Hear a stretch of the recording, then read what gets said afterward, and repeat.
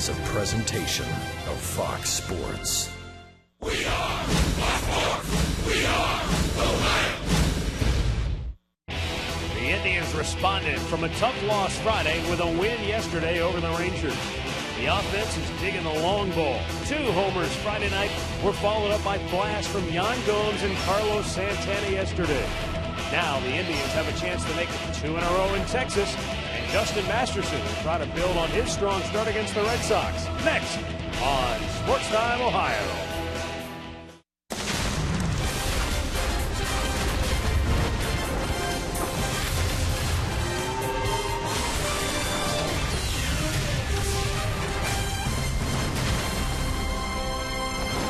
From Globe Life Park in Arlington, Texas, it's Cleveland Indians baseball. Today, the Tribe continues their 4-game series against the Rangers. Hi again, everyone. Matt Underwood alongside Rick Manning. Tribe got a win yesterday to even up the series to this point at a game apiece. Good, strong pitching. Starting pitching has been key for the Indians in winning 7 out of their last 8. And Justin Masterson, who's at the top of that rotation for the Tribe, has a chance to keep things going now. Coming off his best start of the year, he struck out 10 batters in that ballgame. He started off slowly. He walked 4 in the first 3 innings. Then he hit a spurt where he threw 25 consecutive strikes. He struck out the side on 9 pitches, and he was dominating against the Red Sox. So they need Justin to get back into the groove just like he pitched his last game for the rest of the year. He'll be matched up against left-hander Joe Saunders. It's 2-2 in his career against the Tribe with a 4.24 ERA. And for the Texas Rangers, Rick, another day, another injury. The beat goes on. Mitch Moreland is the latest guy to go down for Texas, so they've got yet another new first baseman in the lineup here today. We'll be back with the play-by-play action as Justin Masterson tries to put the hammer down against the Texas Rangers. The play-by-play is coming your way next.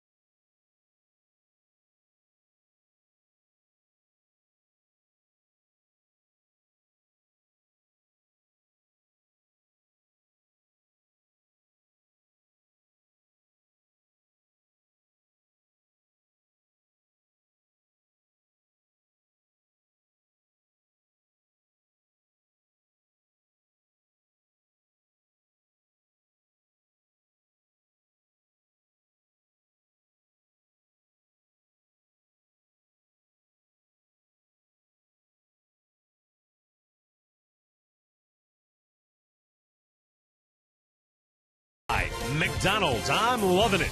By your local Toyota dealers. Visit buyatoyota.com. Toyota, let's go places. By Panini's, get overstuffed at Panini's Bar and Grill. And by Jeep. Visit Jeep.com to learn more. Well, it's going to be a warm afternoon in Arlington as the Indians and the Rangers continue their 4-game series. A series that will not conclude until tomorrow night when they play at 8 o'clock Eastern time here in Arlington to wrap the series up. But this afternoon, Tribe will face a left-handed starter in Joe Saunders, one of a number of pitchers who is trying to fill the gaps with all the injuries here in Texas. The Indians starting lineup brought to you by Progressive, and it features Michael Bourne at the top, and Cabrera and Brantley, Jason Kipnis, Carlos Santana, and Yan Gomes now with 7 home runs on the year. Lonnie Chisenhall, Ryan Rayburn, and David Murphy rounded up.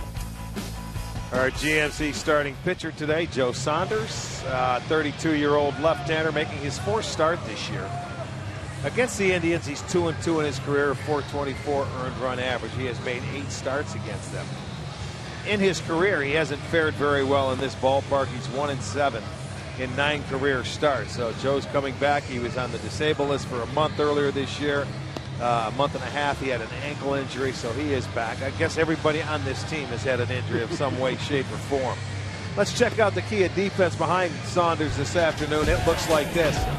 Choices in left field, Martin in center, Rios in right. Beltre at third, Andrus at second, Andrus at short, Odor at second, Murphy is at first, Jimenez behind the plate. Gary Cedarstrom, the crew chief, will call the balls and strikes today. Then it's Jim Wolf at first, Lance Barksdale at second, and Mark Ripperger at third. Yeah, Rick, the Texas Rangers lead all of baseball in using the disabled list. They've used it 18 times. They have a dozen players that are currently on the DL. You know, it's surprising, Matt, that they could be 500 right now at 31-31 with the kind of injuries they've had. They've had them to starting pitchers. They have more than anybody. They've had them to just about everybody in their organization. Ron Washington has been able to hold it together. Yeah. I mean to tell you, to be at 500 with the kind of injuries they've had, it shows that they've done something pretty special, I think. Yeah, I think you have to give Ron Washington and Mike Maddox, especially the pitching coach, a lot of credit, because Mike's had to deal with different starters and guys that they've just signed off the street. Hey, you want to come start a game for us? Right. And that's not an easy thing to do. But they've kept it together, and they're still alive, though they start today in 4th place in the AL West, 7 games back of front-running Oakland. Indians second best in the AL Central, just 4 games back of the Tigers. However, only 1 game separates Cleveland and Minnesota, 2nd and 5th place in the division. Michael Bourne leading off, takes a strike. Bourne just 1 for 10 in the series, struck out 4 times in the series opener on Friday. And a little comebacker to the mound and a quick out for Saunders here in the first. Keys to the game brought to you by Akron Children's Hospital. Well, the Indians have had their tough times against left-handed pitchers, starters especially on the road. And Justin Masterson, boy, if he can pitch like he did against Boston, he'll be going right to the Hall of Fame. Well, they had a chance against Boston to knock him out early in the game. You remember the bases loaded in the first inning, and then he locked in after that. Did he ever? And settled down. Tribe 1-10 against left-handers on the road. You think that's more of how they've played overall on the road? I mean, they're 10 games below 500 on the road, or does it have something to do with lefties in particular on the road? I think it's just how they played overall on the road. I mean, they fared much better at home against left-handers. And today you've got 5 left-handers in the lineup against Joe Saunders, who's not an overpowering guy. But the lefties overall against him this year are hitting over 300, so it doesn't matter. Cabrera drives one to center field, but Martin is there to make the catch. 2 down.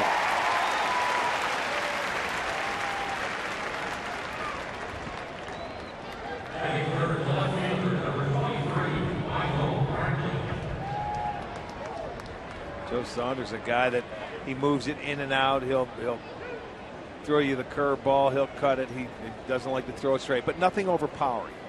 And these are the guys that have given the Indians problems. But the Indians have handled him well. Saunders has allowed 9 or more hits to the Indians the last 4 starts.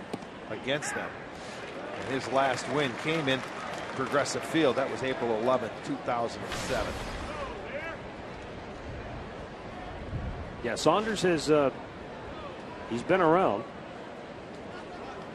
Starting his career with the Angels, he's also pitched with the Diamondbacks, Baltimore, Seattle, now Texas. I love the picture that we had at the top of the telecast. The headshot, as we say, of Saunders. Slow ground ball up the middle, backhanded nicely by Odor, and he got him. Boy, what a play by Rougned Odor as he ranged far to his right. Nice backhand, off balance flip. The Indians go 1-2-3.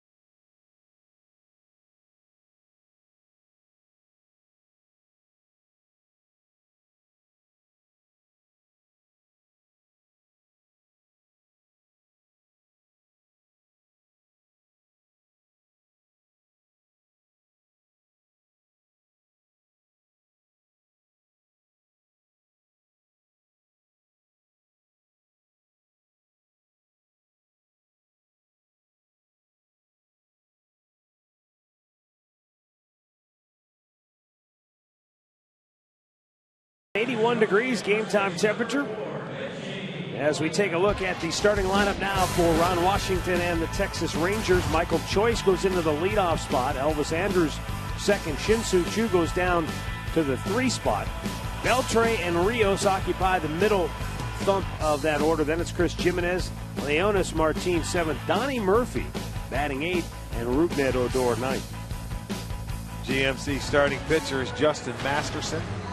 He is making his 14th start this year, coming off a very good start against the Red Sox. We told you 10 strikeouts in his 7 innings, allowed 3 hits, and got on a roll there where he was just pounding the strike zone, 25 consecutive strikes.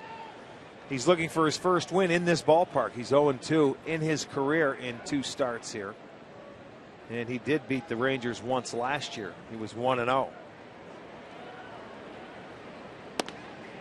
In there, a strike to Michael Choice.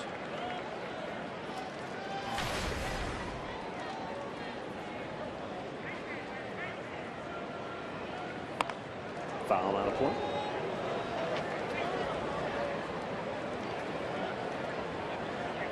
According to Jordan Bastian, MLB.com Indians writer, when Masterson threw those 25 consecutive strikes, no major league pitcher had done that since 2012 when Scott Diamond and Bartolo Colon each did it. No kidding. He strikes out Michael Choice to start the game, so Masterson does indeed pick up right where he left off. Look at the Kia Indians defense behind Masterson. It's Brantley, Bourne, and Murphy in the outfield. Chisenhall, Cabrera, Kipnis, and Santana on the infield with Gomes catching. I wouldn't think that it would have happened just last year.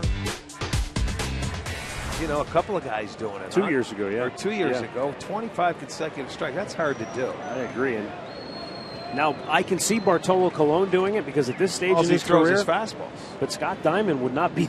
Well, he came out and had a good start. Remember the left-hander? He was crafty, and he threw a lot of strikes. I remember he pitched a really good game against us, the left-hander.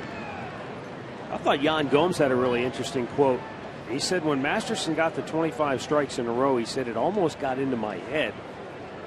Gomes said, quote, it was like, maybe if I call this pitch right here, I know he'll put it where I want it, but it'll be a ball, so I don't want to call it. Is that right? You know? It got into his head instead of the pitcher. He's starting to think, I want him to throw a pitch off the plate, but I don't want to get out of rhythm here with him. Well, that's a good idea. Just let him keep throwing it. With more on Justin Masterson, let's go downstairs and introduce Katie Witham. Matt, the ace is coming off his best side session that pitching coach Mickey Callaway has said he's ever seen, and it all started back in that game against Boston, 4th inning, when he came out and retired the side on 9 pitches. What you want to watch today is his delivery. They've had him speed it up a little bit to the point where it looks like he's almost rushing. That's a good thing, though. Mickey Callaway said it allows him to consistently repeat his delivery. It's sharpened his command, and he's seeing better movement on those off-speed pitches. Sounds like a winner to me. You get the good movement and you have better command. You got to love it because his ball is never straight.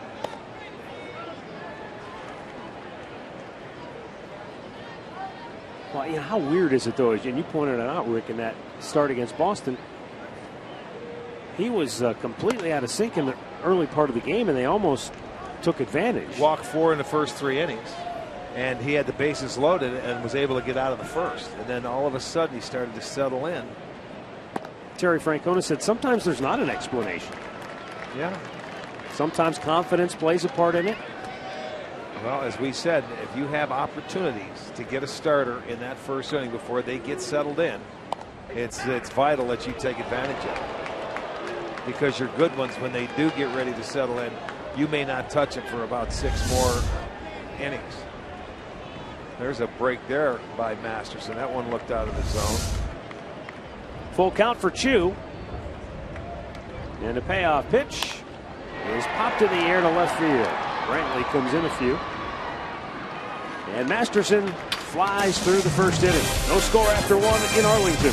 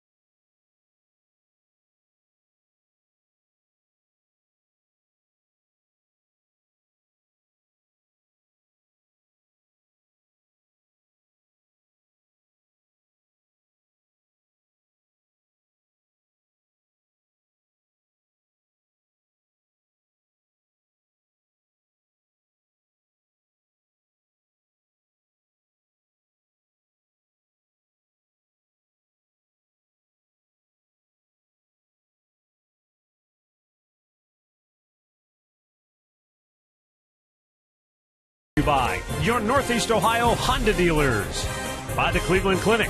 Call today for an appointment today. And by the Northeast Ohio Ford dealers. You see the wet streets there outside the ballpark here in Arlington, and this morning we had a lot of shower activity. But the storms all rolled through and moved on out. It's turned out to be a very pleasant day. Yes, it is right now. I haven't seen it rain very often here, but the one time I do remember, it was after a game, and it rained so hard you couldn't see 5 feet in front of your face. Well, you don't see the tarp out here too often. Well, but this field was specifically designed to handle a lot of water in a short period of time. With all the new technology they have these days, Jason Kipnis with a liner to left, a base hit. And the Indians get their leadoff man aboard here in inning number 2. Good sign for Kipnis. Little base hit to left field. Line drive. Drops in front of Choice out in left. Stayed in on it. The ball drops in. That's the first hit of the ball game.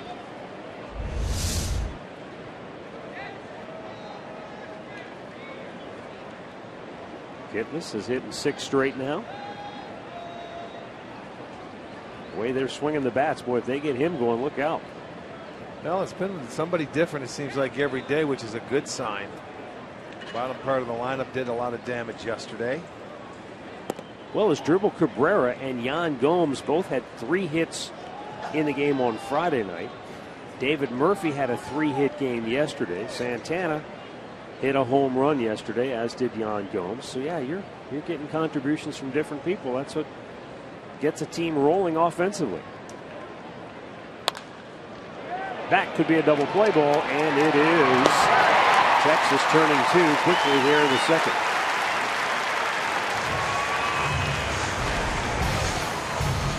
This is our great clip of the game from yesterday. Yan Gomes deep to straightaway center field. He said, you know, sometimes you do get frustrated when you're hitting line drives. You're not getting rewarded for it, but he got rewarded that time. Yeah, he sure did. Well, hit it where they can't catch it. And that's into the home run seats or straightaway center field on that hill. He was probably more excited after the game. Well, I know he was more excited after the game yesterday when he found out his brother Juan Gomes had been drafted by the Cleveland Indians. A late round selection yesterday. He said, I felt like I got drafted. Yeah, well, that's good for him. He's going to be in the same organization as his brother. What was he, a 37th round pick, I believe? Yep. Gomes with a liner to third, and it went right through Beltre. He jumped, and look at him. He's saying that ball must have knuckled on him. This is a Gold Glove third baseman, folks. I think he's saying, wait, I want to see the ball. Because he said, I think maybe the ball split in 2 and went around me. You know, that watch, it's a weird play. He's going to jump, and he doesn't have to.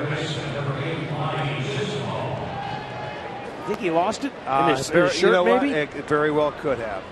Very well could have lost it in a white shirt. I've heard guys say that in day games. Sometimes you'll lose a ball in a white base, white shirt.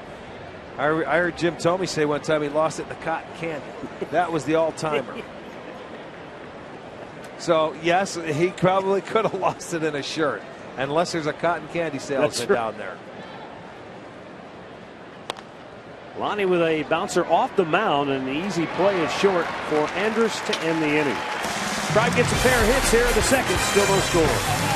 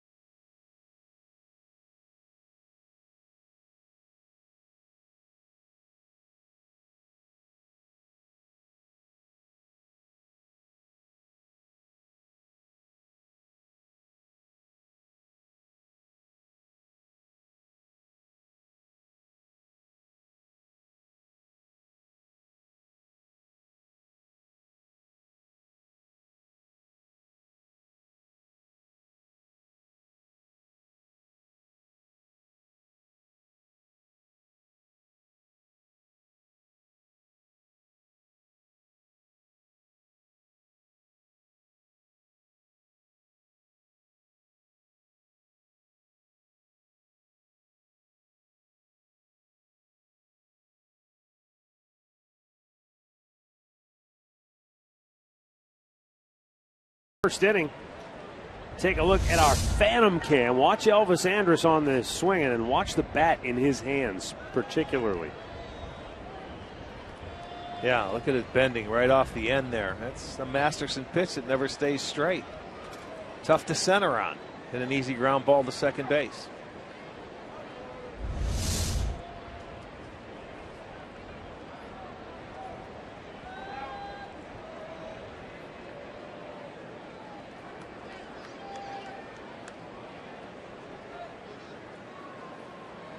Adrian Beltre takes a strike from Justin Masterson. Beltre with the 8th best batting average in the American League so far this year.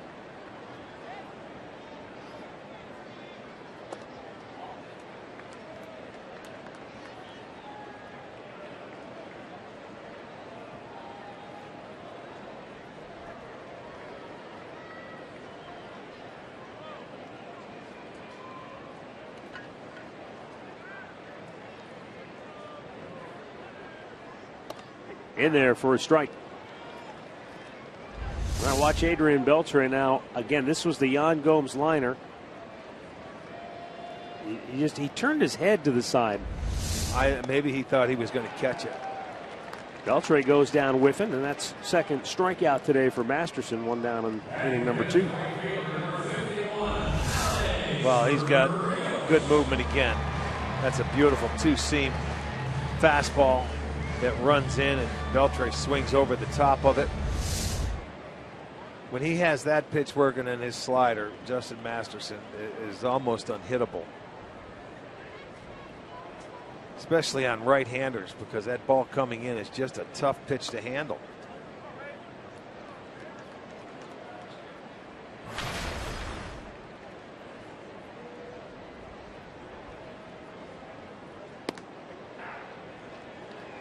Masterson evens the count of 1-1.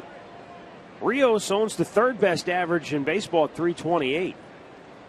This guy, he's not afraid to go to right field, so he'll have a pretty good game plan, I would think, against Justin. We'll see. Of course, he's had a number of at-bats off him, facing him with the White Sox. Rios, he must be an early riser. As they say, the early bird gets the worm, and this guy is batting .366 in day games this year. That's the 2nd best batting average in the league for daytime affairs. But here's a line drive caught by Cabrera for out number 2. Injury report brought to you by Elk & Elk. We can't do the entire Rangers injury list, so we'll break it up into parts. This is just the position players. Mitch Moreland, Rick, he's already scheduled for surgery. He'll have reconstruction surgery on his left ankle this week. Yeah. And of course, Fielder, guy who's never missed a game up until this year in a long, long time. He's out for the year with surgery, and it has just been one of those years for the Rangers. I'm sure if you're Ron Washington, that's when you know it's one of those years. When a guy that's never been hurt, never been on the DL, Mr. Reliable, when he's done for the season with something like as severe as a neck injury, right, where he's got to have surgery, that's when you know, okay, this is just one of those years. Yeah, it's hard to fathom that you can lose that many guys in the course of a year. I know Chris Antonetti and the Indians, you know, they study all of these various factors, and he figures on an average year you're going to lose about 700 at bats due to the disabled list from your position player guys. Well, look at the Indians last year. They had 2 guys. They had Kluber and McAllister hurt the same finger. Yeah. I mean, and how often does that happen, where a pitcher will hurt that one finger throwing a breaking ball? And the Indians had 2 in 1 year doing it. Almost back to back. Masterson strikes out Chris Jimenez, and the Rangers go 1-2-3. The Indians right-hander bringing his A game once again here in Texas.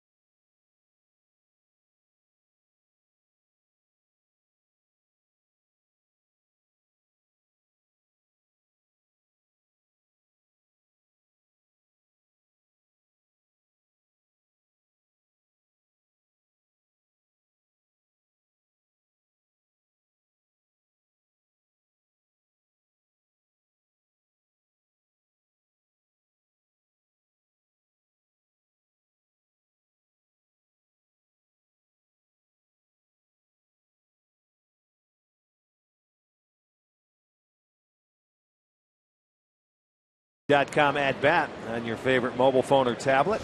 Get live look-ins, instant replay, scores, stats, audio, free MLB TV game of the day, and more. Download on the App Store or visit Indians.com today. Looks like Dad's got the app working right there. All right, Ryan Rayburn going to lead it off here in inning number 3 and pitches outside for ball 1.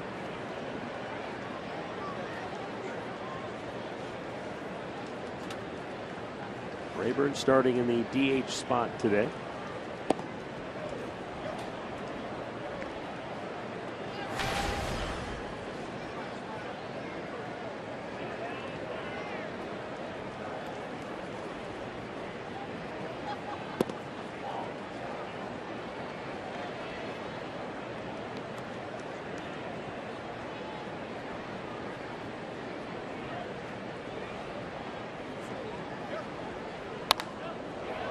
Out of play to the right. Sometimes numbers don't always tell the story, but you have to feel like Joe Saunders was living right, because the last time out, he gave up 10 hits. Only walked 1 batter, but 10 hits. Scattered 10. And only allowed 2 runs. Right. Sometimes that's how, he's a guy you're going to get hits off. He gives up hits because he pitches to contact. He's got to minimize his walks. And then, like he did in the second inning, get a double play every now and then. Double plays cover up a lot of sins, don't they? Yeah, they do. You make your pitches. If you walk somebody, you give up the hits, and somebody hits a blast, well, then that's 3 quick ones. So, you need to keep the ball on the ground, keep it in the ballpark. David Murphy coming off another 3-hit performance, his 4th of the year yesterday. Tied for the team lead in that category.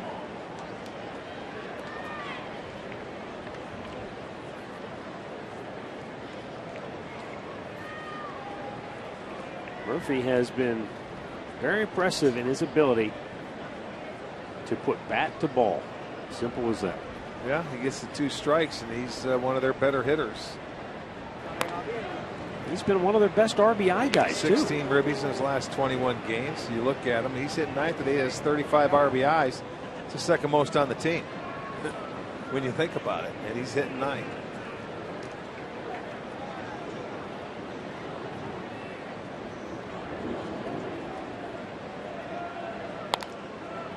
Bounce towards second base. Odor goes to second. There's one. And they've turned another double play.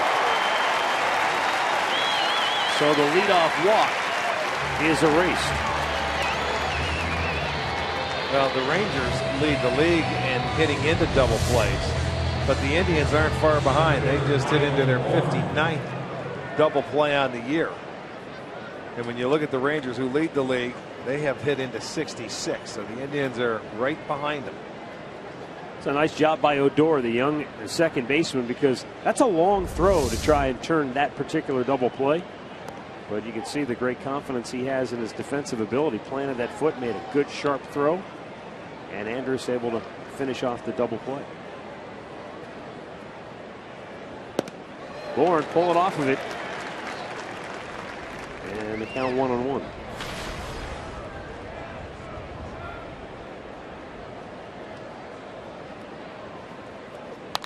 Line drive single into center field.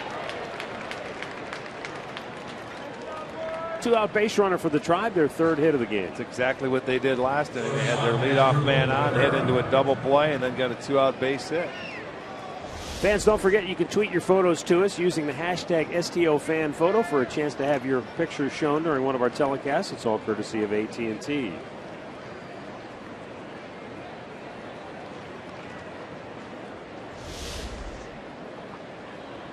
As Dribble Cabrera fly to center.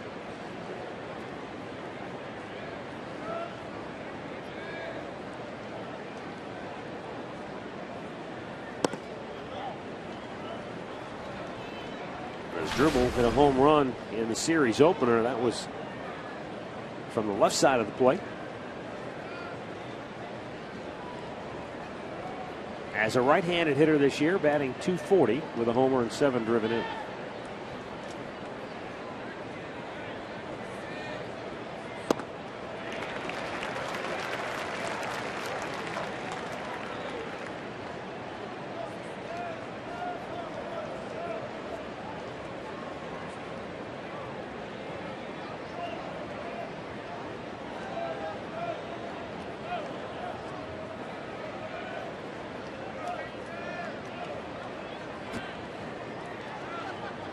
Saunders flips one over to first, born back easily. Michael with 6 steals on the year.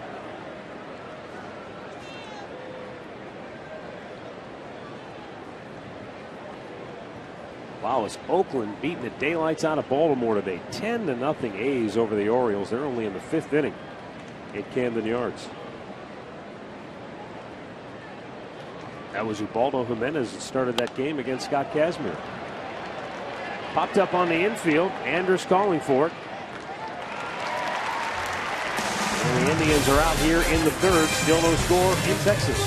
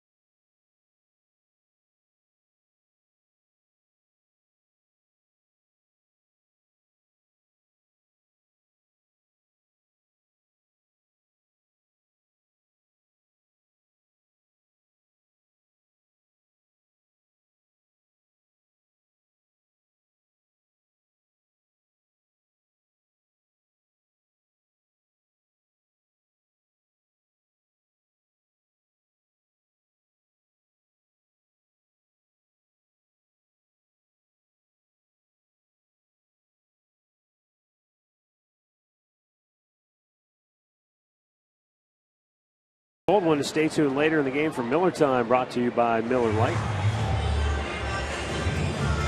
Bottom of the 3rd here in Arlington. Indians and the Rangers are scoreless.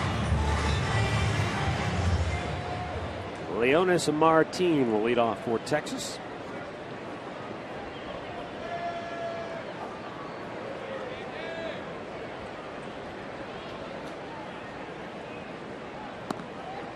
Martin likes to hit here at home. He's a .276 hitter for the year. But in Arlington, he's batting .348. It's a good ballpark to hit in because the field is a lot quicker. It's like a spring training field. You know how you get down there in the spring and that sun bakes it, and that infield's so hard and the outfield's fast. It's a good doubles park. The ball scoots through the infield. You have to like to hit here. Yeah, this the grass here, it's like a crew cut. There are barely any blades of grass when you get down there on that field. You can't let it grow too hard because it'll burn out. Yeah. Swung on and missed, and Masterson has struck out 4 of the first 7 Rangers hitters today. Katie, what do the guys say about hitting here in Texas? Well, Michael Brantley especially loves it, Matt. He said, just the way the ball carries here. In right center field, you've got that jet stream that everybody talks about, but how fast it plays on the ground, too. The grass out in the outfield, he says it's so short, it's almost like it plays on carpet. But the big thing is you don't have to overswing because there's nothing going to be knocking the ball down. And that's the fun part. It gives you confidence. If you hit a ground ball on a hard one and you make good contact, it's going to get through. Yeah. And even if it's just a little bit to the right or the left of one of the guys, they may have a tough time getting up to it. So, yeah, it gives you a little more confidence, I think. Well, and because under normal conditions here, it is always so very windy. They've done a lot here to try and reduce the effects of the wind. You've got the 4-story office building out in center field that helps to enclose the ballpark. They even added years ago windscreens that are above that office building. It may be hard to see, but if you look between the billboards, you see those windscreens. Yes. That helps to reduce the effect that the wind might have on balls hit in the air here as well. What it does too, and it comes in and it bounces off these seats, and it seems like it carries it out to that right center field area. Drilled him. So Donnie Murphy hit by the pitch. That's the first Ranger to reach today against Masterson. Well, no stranger for Masterson, because that's the 8th guy that he has hit this year. Oh, got him on the forearm. Rangers out to check on Murphy. I mean, this is a second baseman, but he's playing first base because they ran out of first baseman. They haven't made a corresponding roster move yet, because I don't think they, at least up until game time, they hadn't technically put Moreland on the DL yet, even though he's already scheduled for surgery next week. On the Phantom cam, got him right on the elbow. The elbow, yes it did. He didn't look like he tried to move at all, but I'll tell you, if you're a right-handed hitter and Masterson's throwing it at you, you better move on the inside part of the plate, because it's going to run in on you. He'll take one right on the elbow. That's 8 guys already Masterson has hit. Well, he's out of the stretch for the first time today. Rougned Odor, 1 for 3 with a home run in the series opener. Did not play yesterday.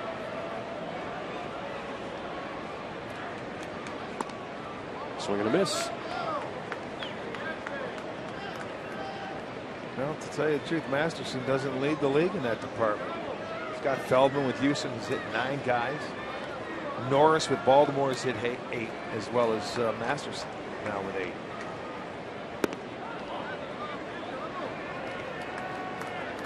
One and one to count. Both Cleveland and Texas at the break-even mark. Both teams 31 and 31.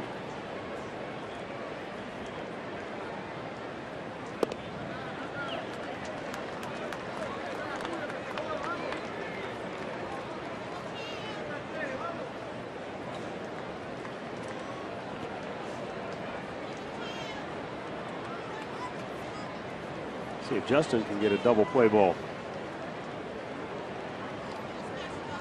Well, he's one of the better pitchers in the league when it comes to ground ball ratio, as you well know. 2.93 ground ball per fly ball, which is 3rd in the majors, 2nd in the AL.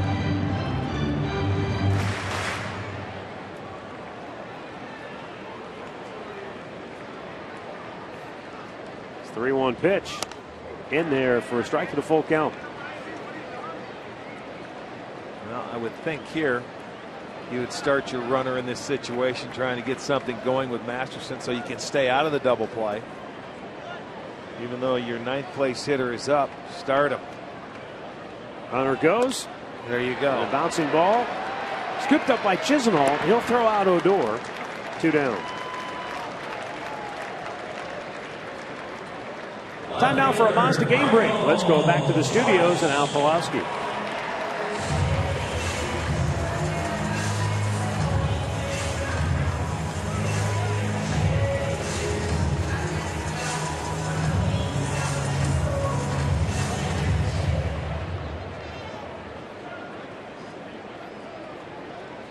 That should be more than enough for Scott Kazmir.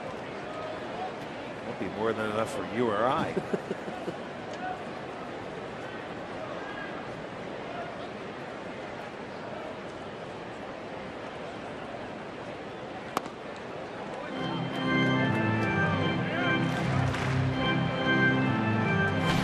Although it is Baltimore, and it could be a hot, humid day there.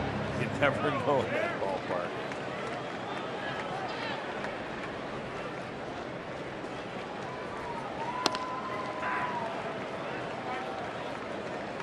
When this was when they had the old ballpark here, could you have some games like that with the wind affect the ball to the point where you'd have you couldn't big numbers? You couldn't get it out of here. You couldn't get it. The other ballpark was great to pitch in.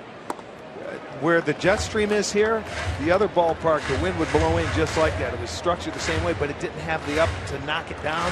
And you couldn't, you could hit your best ball. You could take a driver and hit a golf ball and it wouldn't go out at some time. So you really, it was really tough to hit one out in right field. So the pitchers, you could throw it up and away and just utilize that wind and let it knock it down. I mean, they had some good hitting teams. Don't get me wrong, you could score, but it wouldn't fly out of here like the home runs would.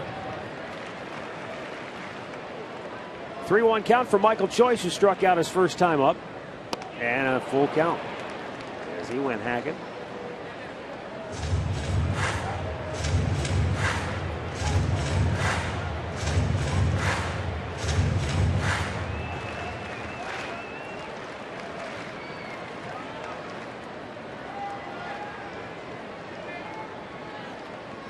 Payoff pitch. Hit it off of his foot.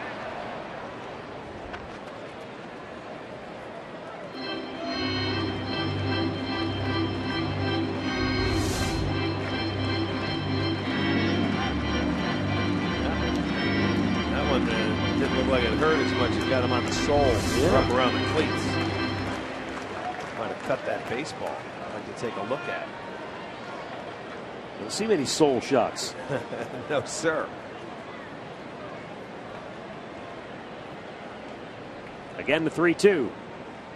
Way outside, and Masterson has walked his first. A hit batter and a base on balls, and the Rangers still going with 2 down here in the third. Stat of the game brought to you by Buick. Elvis Andrus just keeps on hitting against the Tribe. Every game he's ever played against Cleveland, he's had at least 1 hit. And he's had 1 hit in each of the first 2 games in this series. He got it in the 6th inning yesterday. He got it in, what was it, the 8th, I think, on Friday, his last at bat.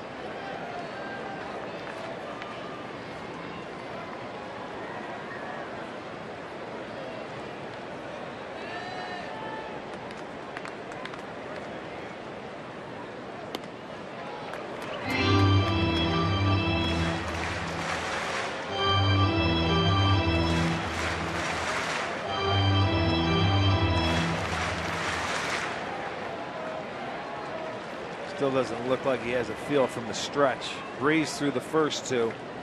Struck out the first guy, and then after he hit Murphy. Oh, there you go. Bouncer to short, ends the inning. Rangers get their first base runners of the ball game, but they can't cash in, and after 3, we still have no score.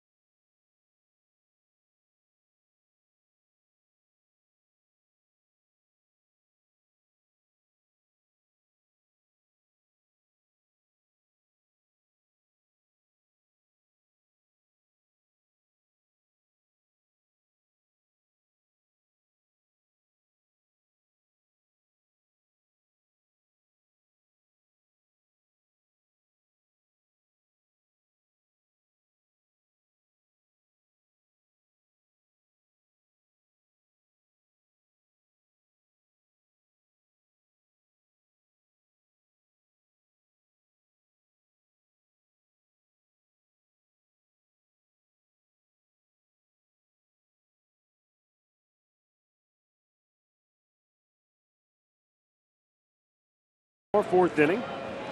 Indians will send the heart of the order up. Michael Brantley, Jason Kipnis, and Carlos Santana.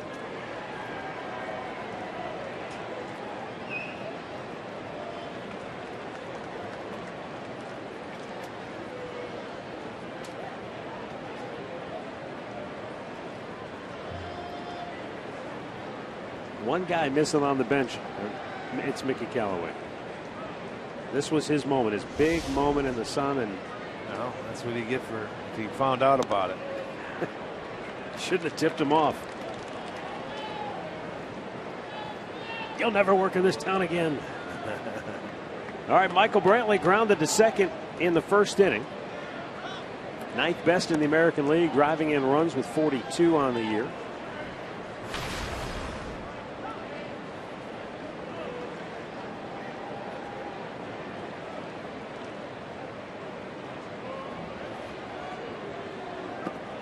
Down low.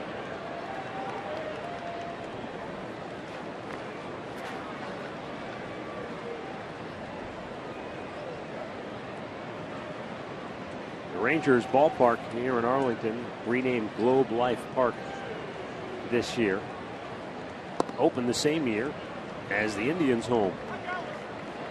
Back in Cleveland, both parks opening in 1994.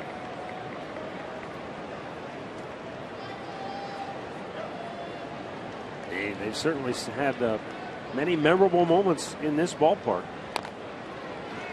You can almost make a case that the opening of this park, as was the case in Cleveland, signified a renaissance for the franchise, because the Rangers went on a pretty good run there through the mid-late 1990s, perennially in the playoffs. They just couldn't get past the Yankees a number of times.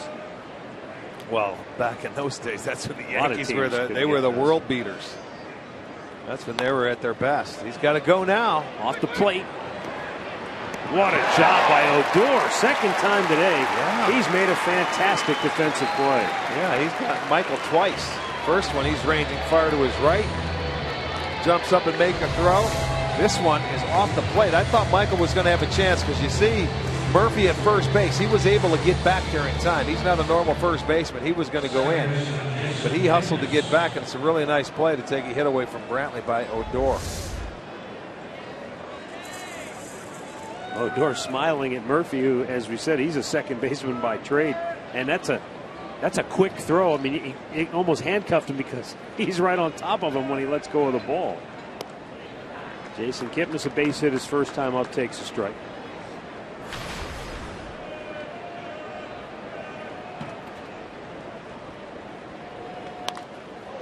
Another bouncer up the middle.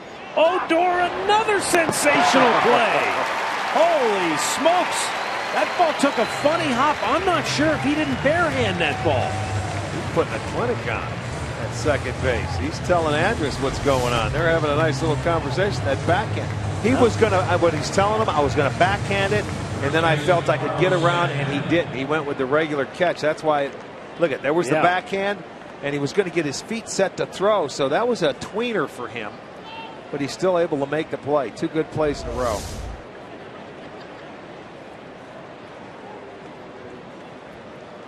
Carlos Santana bounced into a double play his first time up. I mentioned it Friday night in the series opener, but for all those in the Indians organization, I know great source of pride. His uncle is Rugelis Odor, who's been a coach in the Indians minor league system. Hitting coach right now with Dave Wallace at Double-A Akron. And his nephew has been playing very solid defensively in this series. Hit a home run. Yeah. Yeah, he's done okay. Two-run home run in game one of this series as well. Someone's got to go have a talk with him and say, you know, settle down, young man. Take it easy against the Tribe. You're going to have your uncle come talk to you. Santana draws a walk. That's the 10th walk he's drawn in the last 6 games he's played. Well, it's another Sugardale Dollar Dog Night on June 20th as the Indians will host the first place Detroit Tigers. Come on out, enjoy Dollar Dogs all night long. Visit Indians.com for your ticket details.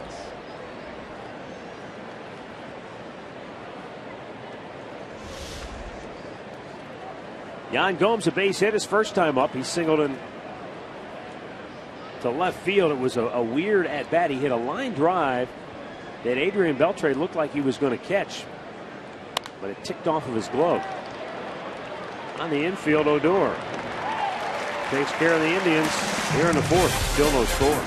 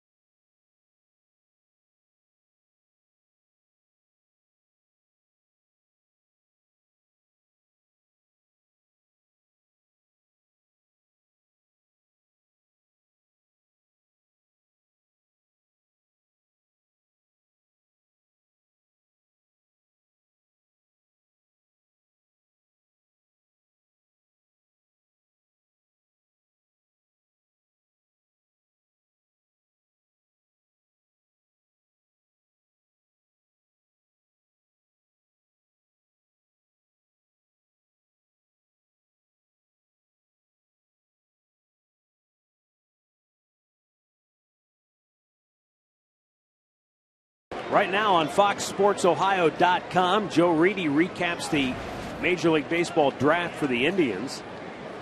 See why Johnny Manziel was in the news again this weekend. Johnny Baseball, huh?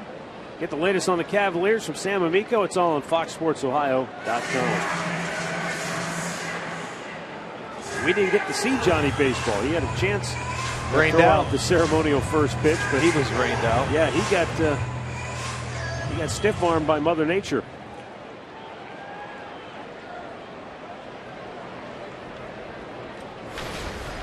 Shin-Soo Choo fly to left his only time up.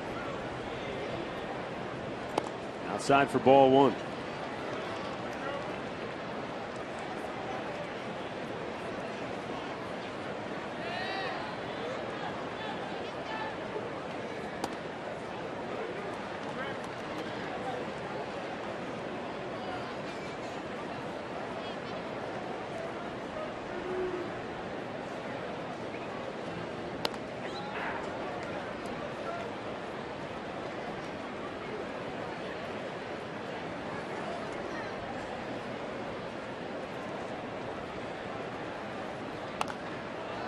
Back out of play. And the count evens at 2-2.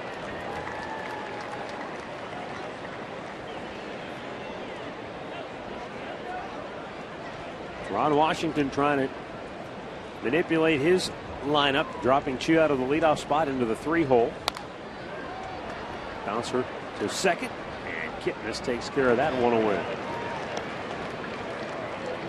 Josh Tomlin back in his home state of Texas. Dialed up a dandy against the Rangers yesterday. Watch the curveball he had working yesterday. Well, as he said, he was ahead in the count and able to deal with it. And a pitch he couldn't throw a couple of years ago because of the elbow soreness. Able to extend it out now, and he had a sharp biting curve yesterday. Pitched into the 9th inning. Great effort by Tomlin as the Indians beat Texas 8-3. Adrian Beltre struck out his first time up.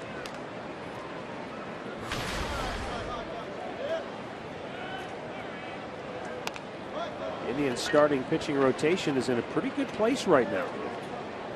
Kluber throwing the ball well. Masterson throwing the ball well again here now, 2 starts in a row. Trevor Bauer. Yeah, I like the way this the rotation has settled down. It's got a different mix now with Tomlin, with the breaking balls and off speed. TJ House from the left side is giving him a nice look. Same kind of pitcher.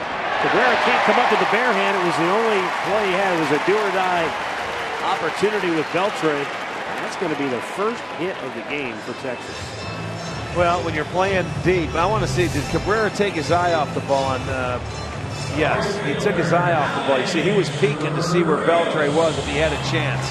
He just didn't look it in. He just took his eye off the ball a shade early. And it was a do or die anyway. Even if he picks it cleanly, he might have had a chance. You're not sure. So with 1 out, Alex Rios will be the batter. He lined out to short his only time up.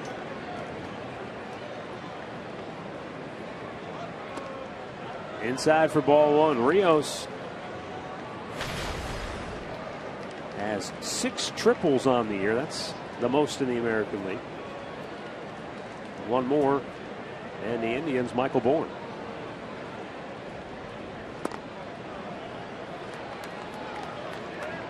Two and 0.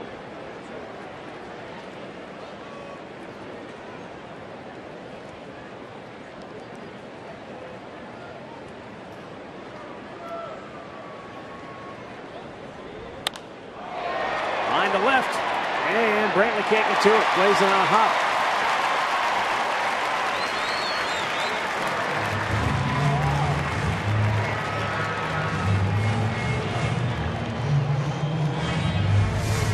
Well, not much he could do. He was thinking of coming in to catch it, but he didn't hit that ball hard, and it just dies in front of him. He was thinking catch, but it falls down in front of him. He just knocks it down, so it's back-to-back hits now.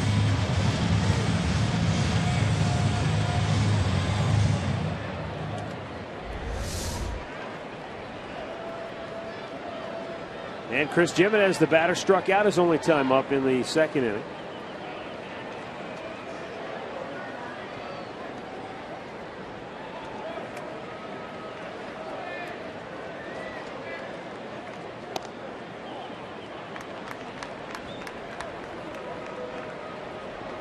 Now he could use that double play ball.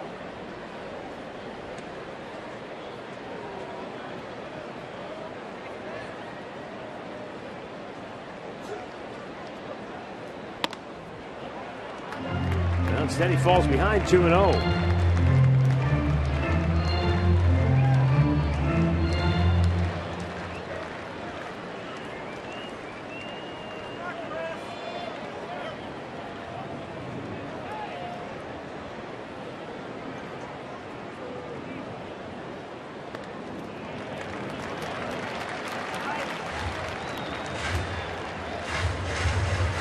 Again, he just doesn't seem as sharp out of the stretch. He's gonna have to battle back here.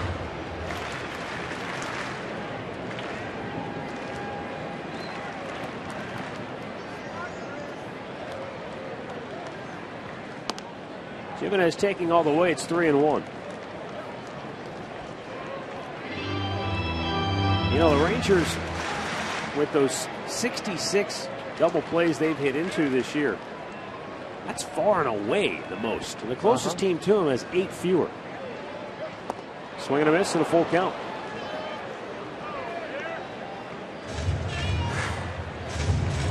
This ball had some wicked movement late. Boy, that's the one you want him to put in play, because all he could do is hit it on the ground. That's your double play ball for sure. Yeah, if he hits it.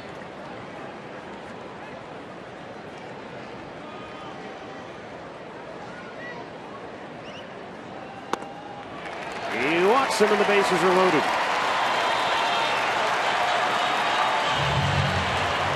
Well, Masterson in trouble for the first time today. He hadn't given up a hit until Beltre hit a little dribbler to short. That was followed by a soft liner to left. Now the walk. And Leonis Martin, the batter.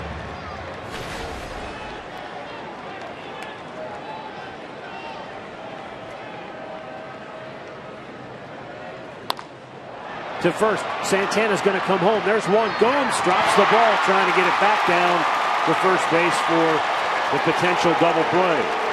Boy, that was an opportunity too, to have that double play and get out of the inning. And again, you're going to see Santana with the one hop. That's all he could do. Get it home, get the force out, and Gomes comes out, and in the transfer, he just dropped the ball. Maybe just a little too quickly. But they do get the second out.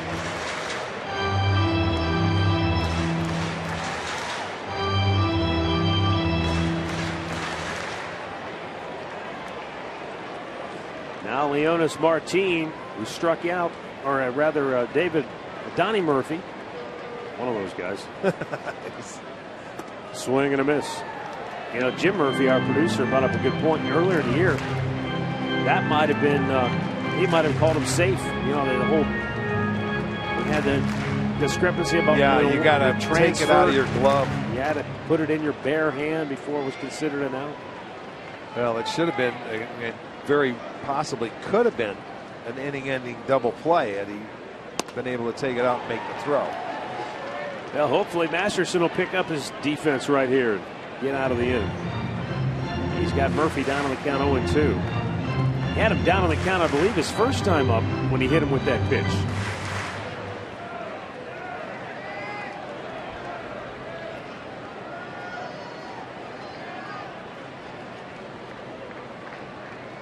Oh, to the backstop, and the Rangers get the first run of the game. An 0-2 slider that was a good 6 feet off the plate, I think. 1-0 Texas on a wild pitch. Yeah, I mean, that wasn't even close. That wasn't even in the same zip code. So a gift run there for the Rangers.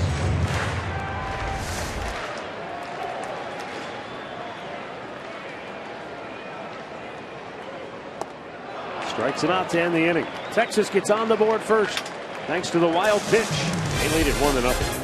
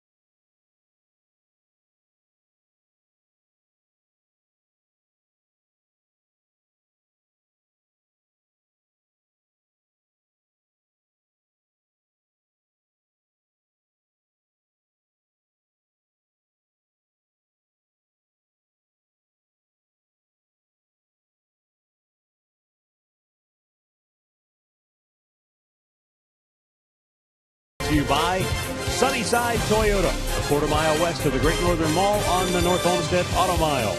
By Levin Furniture. For the best deals on furniture and mattresses, shop Levin's. And by Kia. Visit mykiacleveland.com to learn more. That was pretty good, didn't it? A little chopped brisket. Wow. Getting one sent up here. Justin Masterson getting cooled off in the dugout between innings. Warm day here in Arlington. Game time temperature around 81 degrees, but it's scheduled to shoot up higher than that, much higher, before the day is all said and done. Lonnie Chisenhall bounced into an inning-ending fielder's choice his first time up. And Saunders flips a curveball in there for strike one. Tribe has 3 hits in the ballgame. They've stranded a runner in each of the last 3 innings. They've hit into a pair of double plays, which has helped Saunders work around a few hits and base runners. Yeah, this is a guy here now that is at least 7 earned runs in 5 of his last 9 starts in this ballpark. Well, this is a guy that hasn't pitched well here. 1-7 with an ERA of just under 8.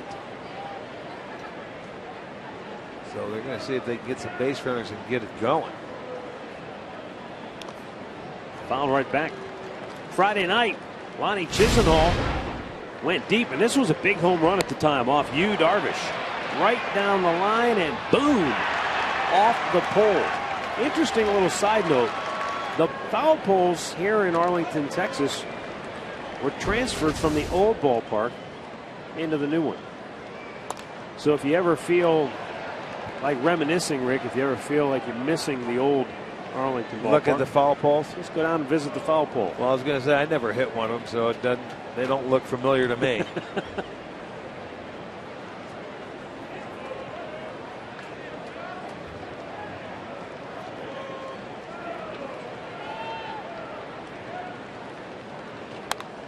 Lonnie with a line drive into center field. And the Indians get their leadoff man aboard for the 3rd time in 5 innings. Well, he stayed on this breaking ball. Didn't give in. He went down and hit a good pitch. That's a good at bat there. A good swing just to put the ball in play. Using the whole field. That's what Lonnie has done this year. And he takes a good pitcher's pitch up the middle for a base knock. That's 4 singles now for the Indians. Ryan Rayburn walked his only time up.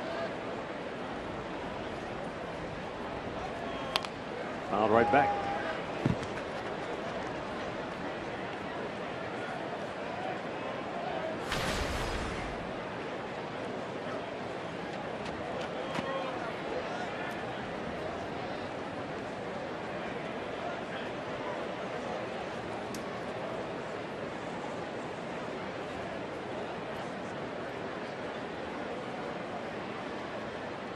You know, speaking of the foul poles, it's only 325 to that right field foul pole. And then it juts out to 349 feet. There's the left field foul pole, which is 332 feet directly down the line.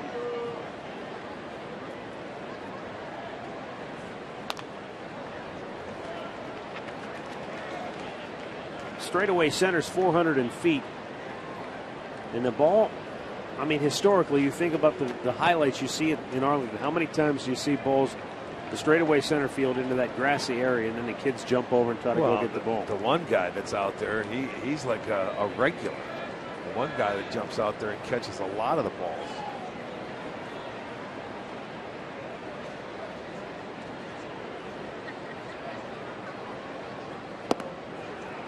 Snap throw to first, back safely is Chisenhall.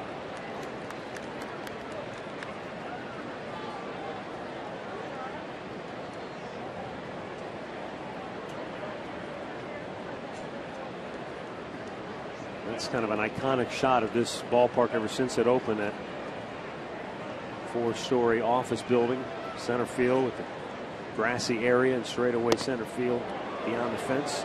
Missed inside there. Good pitch, so an effective pitch there for Saunders against the right-hander Rayburn. You come inside, you got to make a hitter aware of that inside part of the plate, because his bread and butter will be that changeup or sinker down and away. But he tried to just pinpoint that ball in the inside corner and missed in off the plate.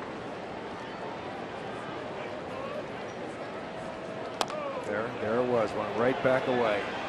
Saunders' only play is at first, and he gets Rayburn for out number 1. Chisenhall in the scoring position.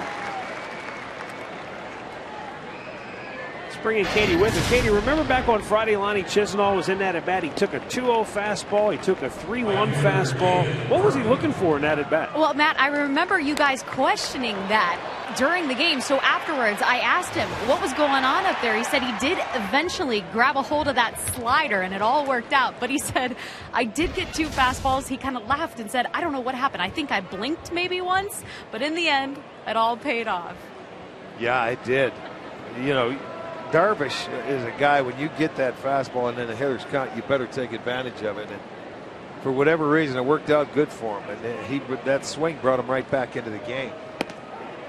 I've heard hitters say before, and sometimes they say it half joking, that the last place you're looking for a ball is right down the middle of the plate. And sometimes you can actually be fooled by a pitch that's right down the middle because it's the last place you're expecting it. Not on 2-0 you shouldn't be, because you don't have to swing if you don't get it there.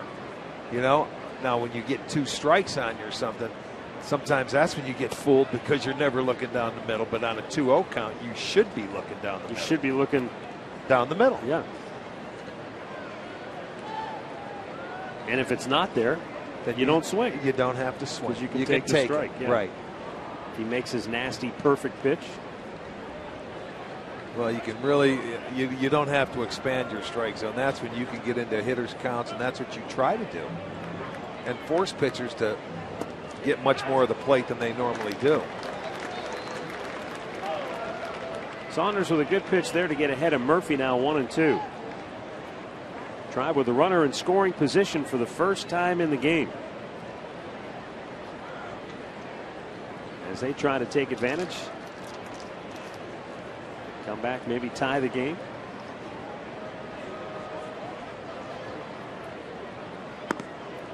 Low and away, it's 2-2. Murphy has been the Tribe's big dog with runners in scoring position. At one point, he was the best hitter in the American League in this category.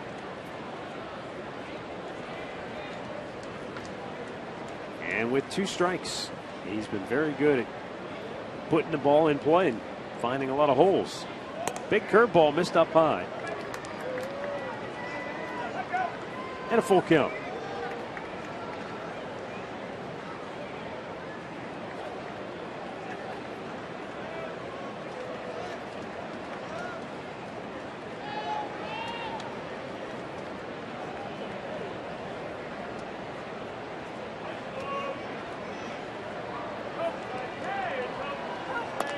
Line drive, base hit, left field. Chisenhall coming around third, and he'll be held there. Choice got to it quickly and got rid of it in a hurry. What a nice job by Murphy. It's another hit with a runner in scoring position. Just couldn't get the RBI. That's okay. I mean, he did his job. He was looking for something away. He got it, and he just served it out there. Another good 2-strike swing and hit by Murphy. You get him over to third base and give Bourne an opportunity now. You can't help it if he didn't score because Chisenhall got a nice jump. It's just that Choice got to that ball, you know, in a hurry. You can't afford to get thrown out at home plate here. All right, so Tribe has the tying run 90 feet away. Go ahead, run at first. Michael Bourne has singled his last time up at the dish.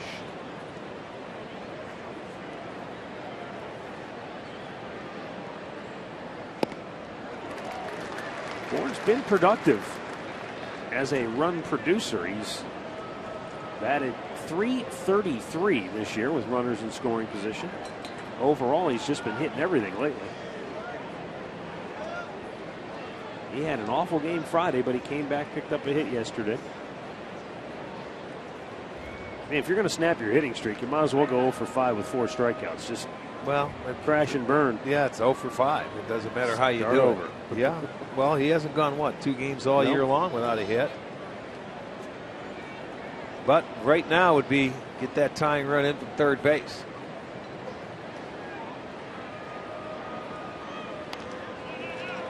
Fouled it back. It's 0-2.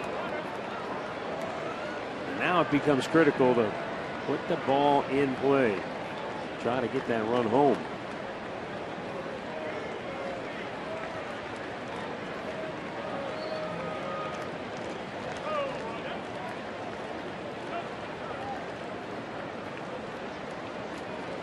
Well, be alive at third base if you're Chisenhall if he bounces a breaking ball here.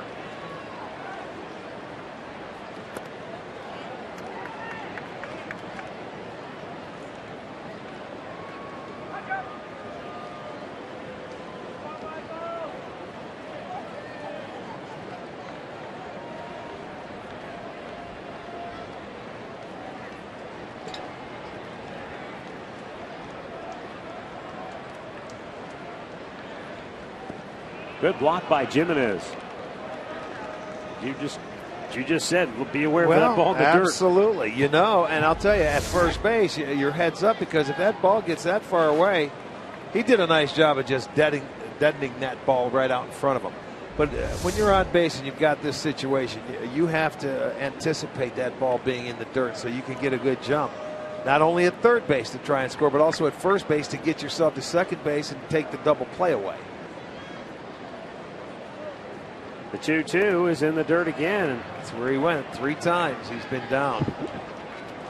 A good job by Bourne to work himself back into the count, not be overly aggressive chasing. Now Jimenez will go out and put the sign on. I don't think they're going to start Murphy over there with the left-hander. Only because you have to wait until you see something in this move, and by that time you won't get a jump. And Bourne can swing and miss.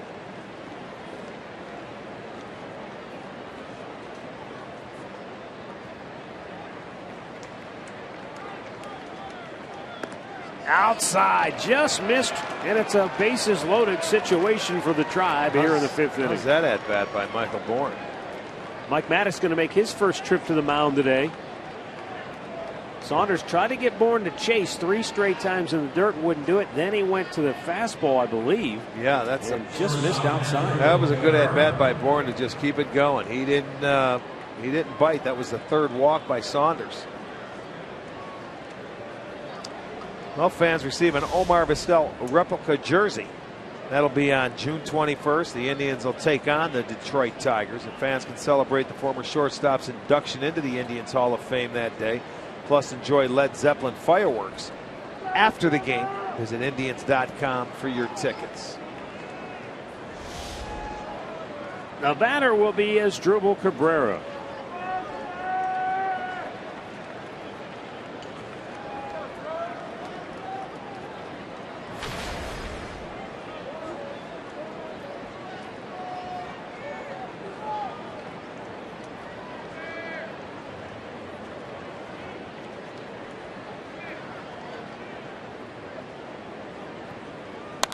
Line drive, base hit into center field.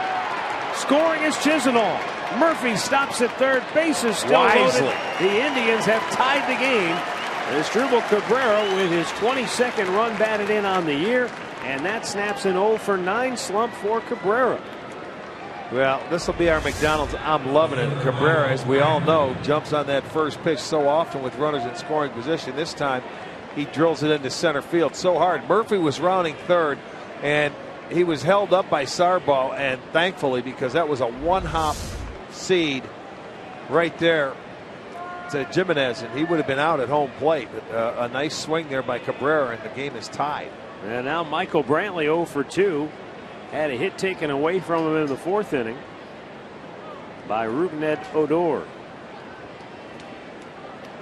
Brantley's been the Indians' RBI king this year, and they could use a bases clearing hit right here, and he fouls the ball off first base side.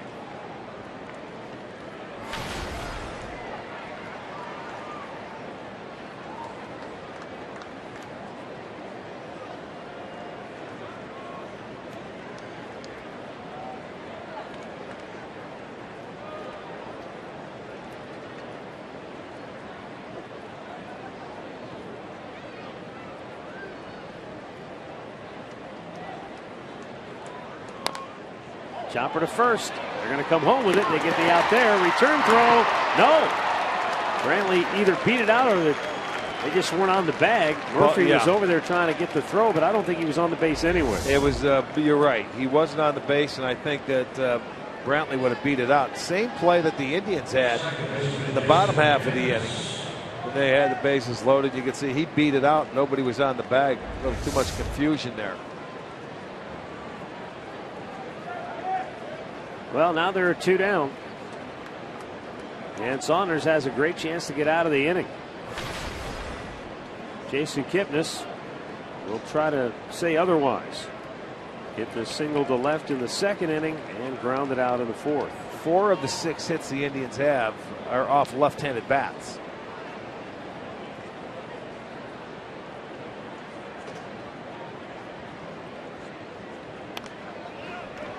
Fouled right back. He had one there. Pretty good career numbers for Jason Kipnis with the bases loaded. .379 average. This year 1 for 2.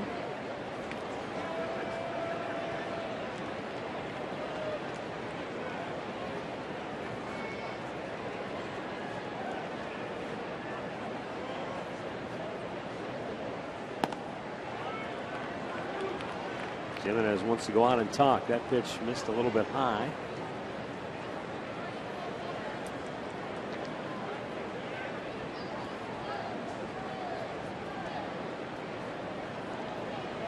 He's doing all the talking here. Saunders will have his say as to how they'll go about the rest of this at bat.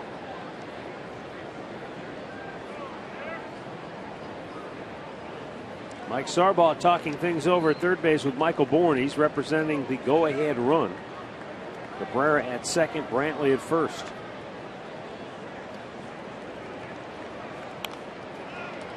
Foul right back. Jason lamenting the fact that he got a hanger here and just missed it. Yeah, well, you know, you get that pitch there. That's the one you want to put in play. Now you regroup. Again, focus down in the zone if you're a base runner. He's been trying to get the lefties to chase that breaking ball down and away. Got him with the heater. Bouncing ball to second. And Odor throws him out. Saunders gets off the hook here in the 5th. The Indians do tie the game, but they leave him loaded.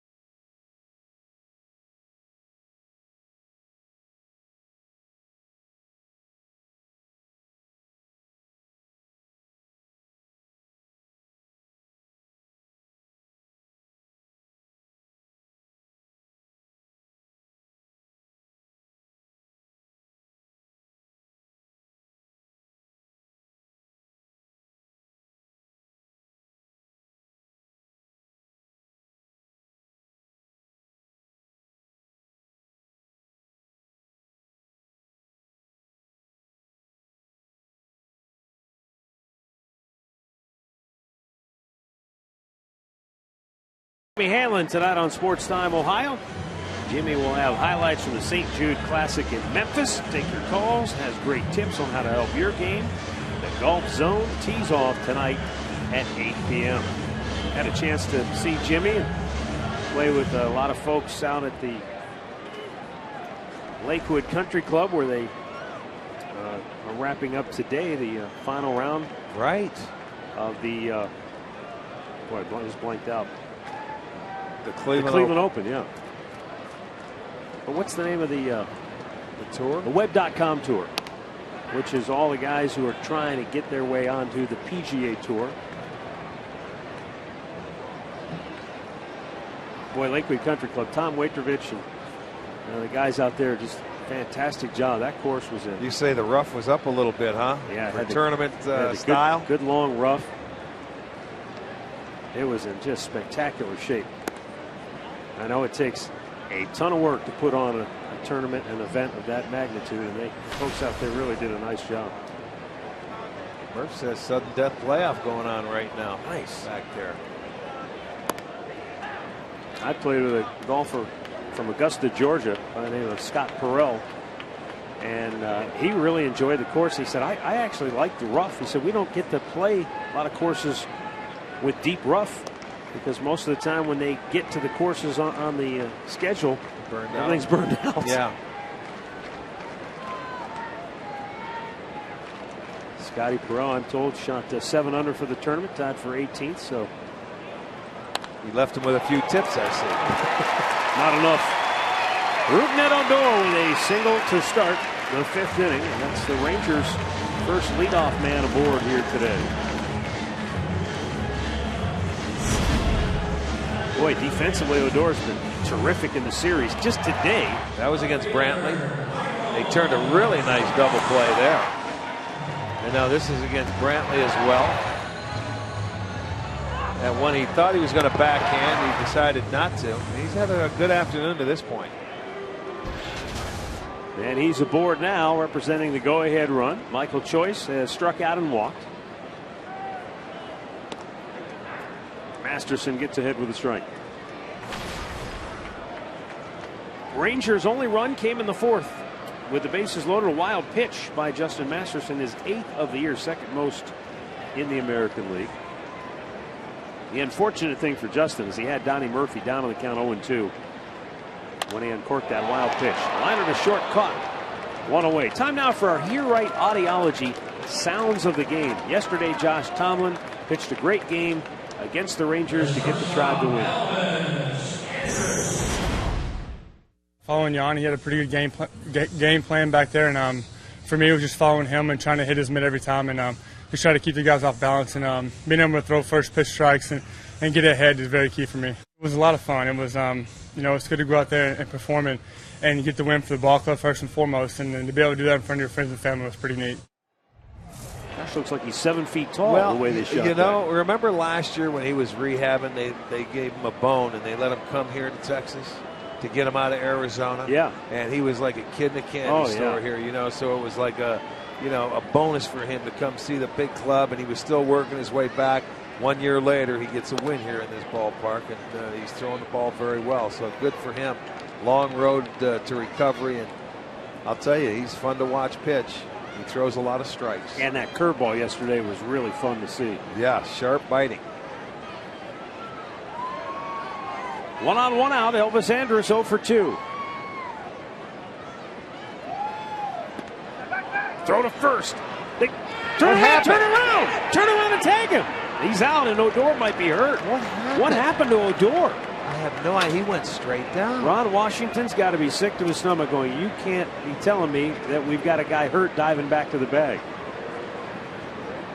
Oh, he's really in a lot of pain. Did he pull something, an oblique or something? Santana never even saw him. Yeah, he turned his back on the play. Watch his legs.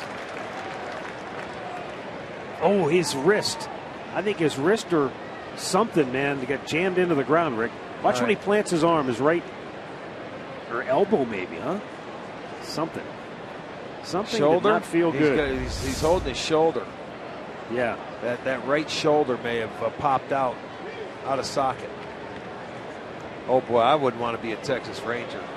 Boy. I mean, anybody in that uniform, look at he is in some pain. Well, there's 2 down in the inning. Elvis Andrus, the slow chopper to short. Cabrera's throw low, dug out by Santana, and they got him to end the inning. Another Ranger is hurting for certain. We're tied at 1 after 5.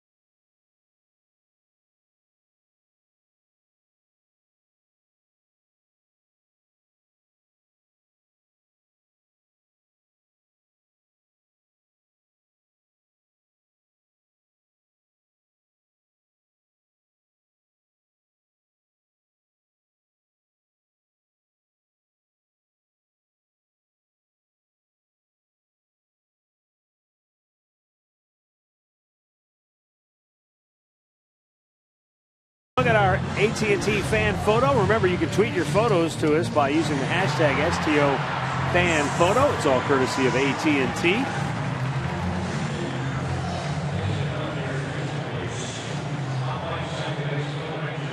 Well, the Texas Rangers with yet another injury. We don't know how serious, but obviously Rougned Odor is in enough pain that he can't stay in the ballgame. So Luis Sardinas has come in now to take over at second base. This is what happened to Sardinas, or to Odor, as he's going back to the bag at first. That right hand got jammed into the ground, and immediately he felt pain in his right shoulder. Yeah, he just see how he tucks it in, and he goes up to hold that shoulder. I mean, how much pain do you have to be in that you stop? He didn't even go to the bag. No, he just stopped. Couldn't move. Something must have popped in there, and he couldn't move. My goodness, I don't know how that guy can watch it anymore. It seems like they're falling one a day. Well, it's like the vitamins. Yeah. Absolutely. I mean, it's. I can't believe Santana was over there. He wasn't paying attention until somebody yelled to him to go tag him. I think it was you that yelled. He heard you. Well, that was strange. You're right, because Santana never looked back, so he didn't even think to tag him, thinking he was already on the base. And Odor was in a heap short of the bag.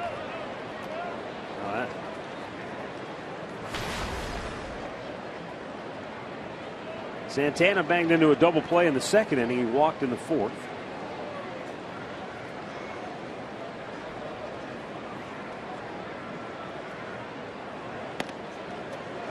He missed the time on the disabled list, but if you take the last 6 games that Carlos has played, including today now, 7 for 18, 2 home runs, 10 walks. So it's starting to maybe come together for him offensively. Well, Francona thinks that maybe that time off where he was able to sit back and catch his breath a little bit, just watch and take your mind out of it. It may have helped him out a little.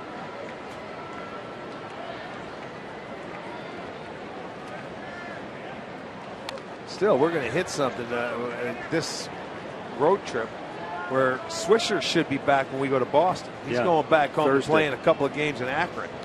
And then when he comes back, what do you do with Santana? Does he DH? And if he does, what do you do with Giambi and with Swisher and with Chisenhall? And so you're going to have a numbers problem. Yeah. Well, I think a lot of it comes down to whether or not Santana's going to catch anymore. Andrews throws him out because, well, we'll get into that in a minute. Let's take a look at our Toyota in-game recap if you joined us late. Not a lot going on because the pitchers have been very good. That particular pitch wasn't very good, and it allowed the Rangers to score their only run. And Asdrubal Cabrera got a bases-loaded RBI single, but that's all the Indians could muster out of that bases-loaded one-out situation in the fifth. So we are tied at 1. Terry Francona said we've got to figure out what we're going to do as far as Santana behind the plate. If he's going to continue to be your backup catcher, okay, well then George Contreras obviously would go back to AAA Columbus. But hey, he had the concussion. He's been prone to get hit by a lot of balls back there behind the plate. So if you put him back there, I think you're putting him and the team at risk of losing him again. So if you'd say, okay, he's not going to catch anymore, well, then Contreras stays as your backup catcher and somebody else has to go. And that's where I think it gets tough because who's that guy? Who do you... Well, Giambi is the DH here against right-handers when he plays. But I don't know. As they say, the players will make the decision for you. We have to stay healthy until Thursday, and then we'll find out what happens. That's the key. After watching what we're watching today. Yep.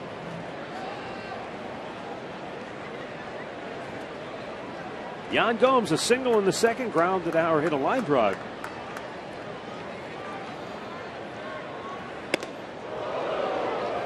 High, knocked him back a little bit, 2-2.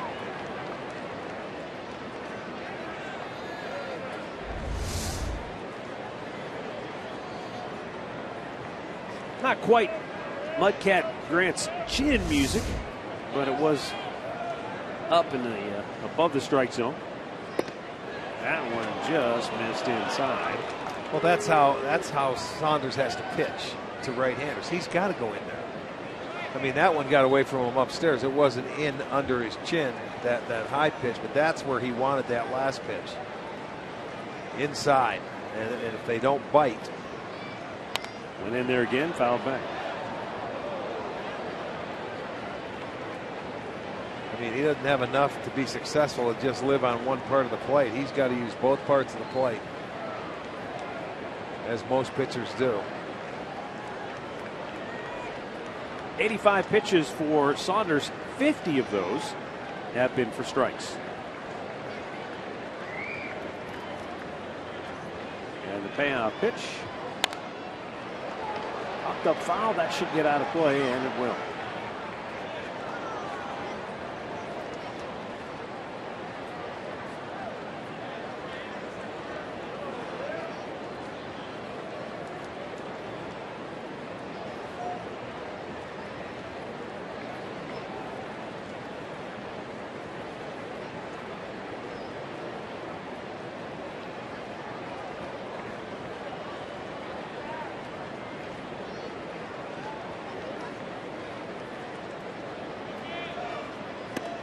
He walked him, and a one-out base runner for the Indians here in the sixth.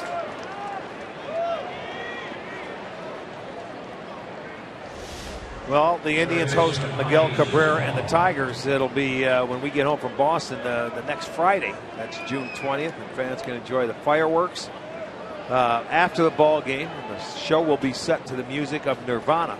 And then Rally Alley, as always, before the game, the music, the fun, the games out there that'll take place.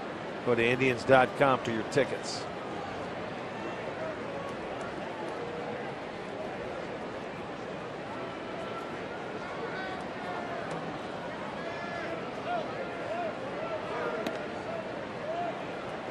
You know, it's funny. You think about Joe Saunders as you see activity in the bullpen as a guy who has helped the Rangers to overcome the injury problems themselves, but yet he too month and a half missed time because he got hit by that line drive from Evan Longoria. Right. I think it was his first start of the year.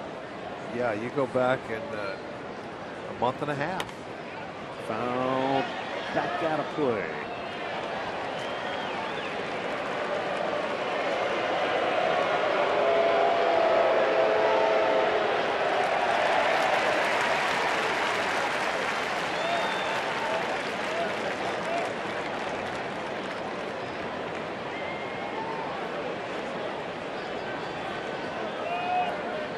A Lonnie singled and scored the Indians' only run in the 5th. It was a good at bat, too. Went down and got a breaking ball away. Was able to pull it right back through the middle. Tribe fan comes up with that one. Yes, Look, he's got the old, that's like the 1998 clinch hat. Oh, yeah? Looks like he cut his shirt off, too. He's wearing the big top.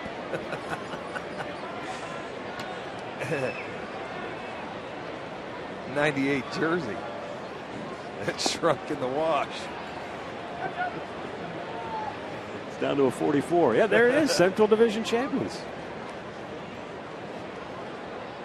You're not right.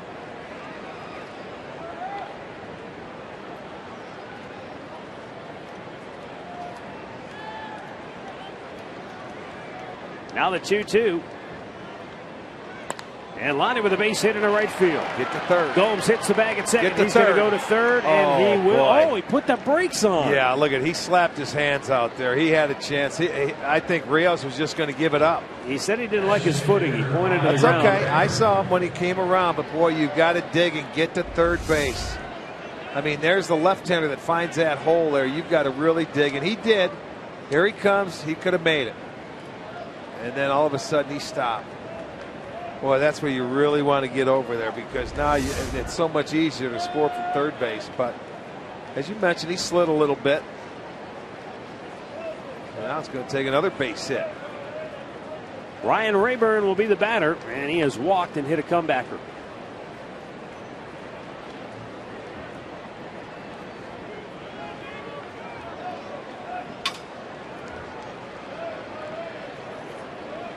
Ron Washington making the excruciatingly slow walk to the mound. Well, Tollison's out there and is ready.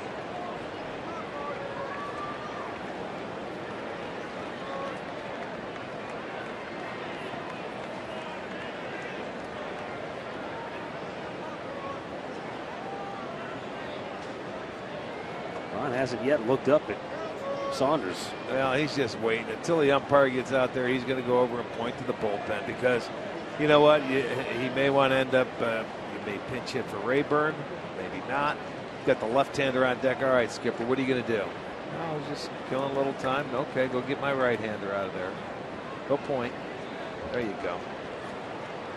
Oh, all righty. We finally have a decision. A right-hander will be coming into the ball game as the Cleveland Clinic call to the bullpen. Joe Saunders goes 5 1/3. And it will be Tollison coming on next for Texas.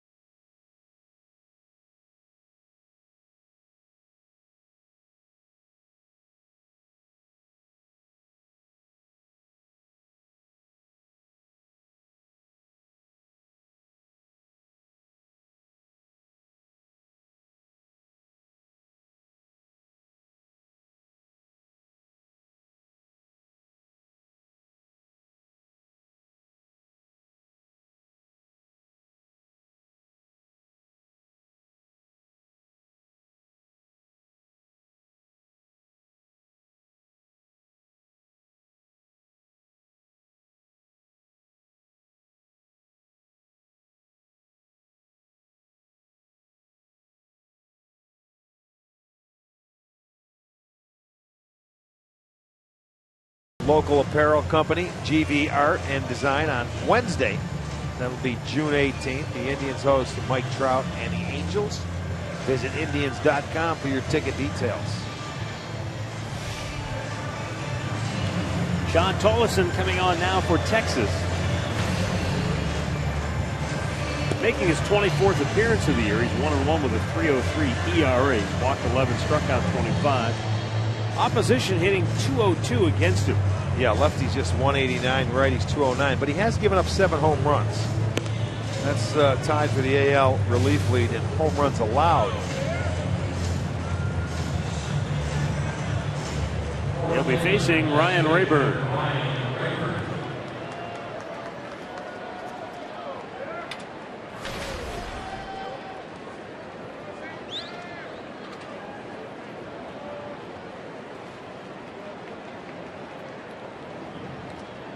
Of his 23 appearances this year, Tolleson has gone more than an inning 10 different times.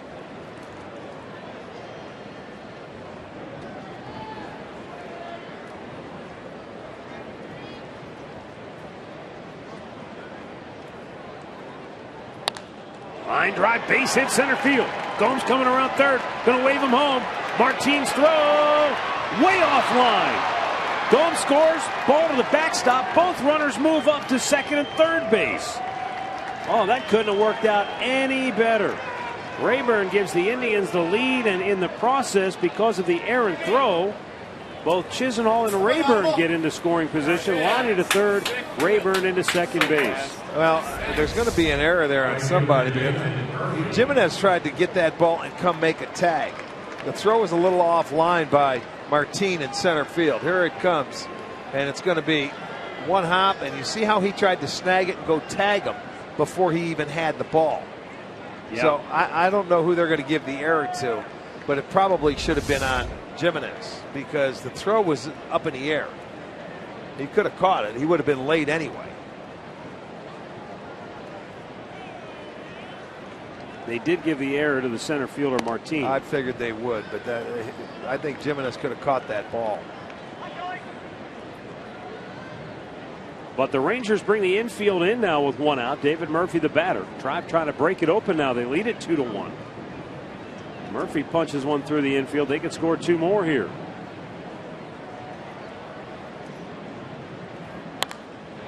Fly ball center field, pretty well hit. Back goes Martin.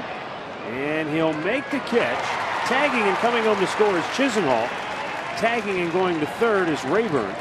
2 down as Murphy picks up his 36th run batted in on the year. Good job.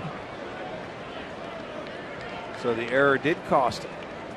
Letting the runners move up. Take advantage of it.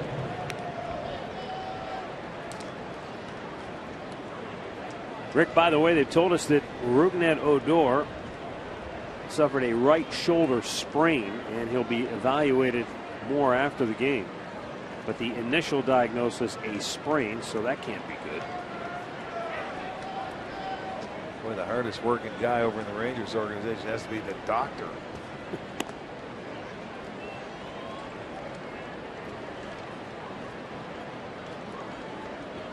So you can close the book then on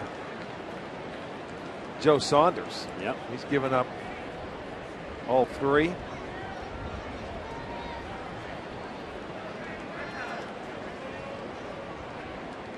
Michael Bourne has singled and walked today.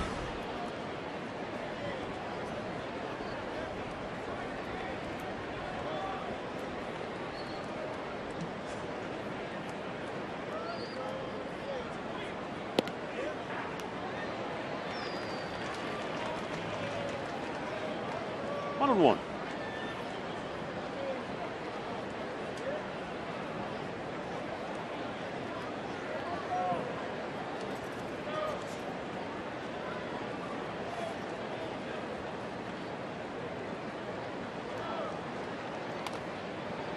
Fastball right back to the screen.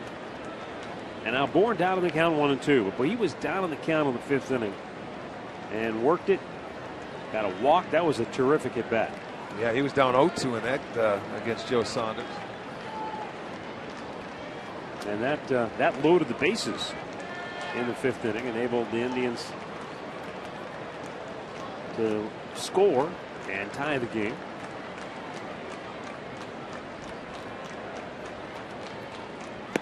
Got him with a breaking ball, and the inning is over. But the Indians score 2 in the 6th, and they lead it now 3-1.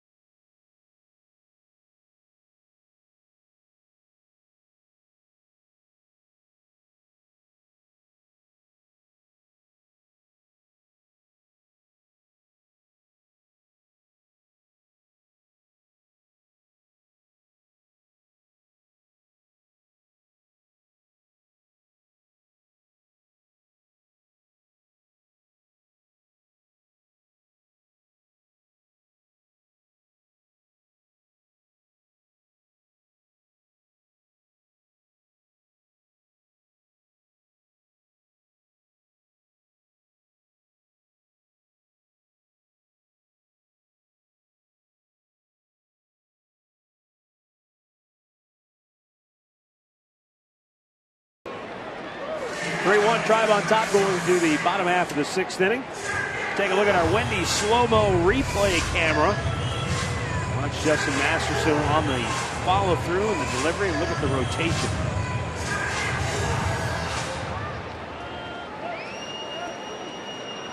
That's pretty cool right there. Yeah, it is. As you see, Beltre swings over the top of it. Shin-Soo Choo will lead off the home half of the 6th. He's 0 for 2 on the day. 1 for 9 in the series.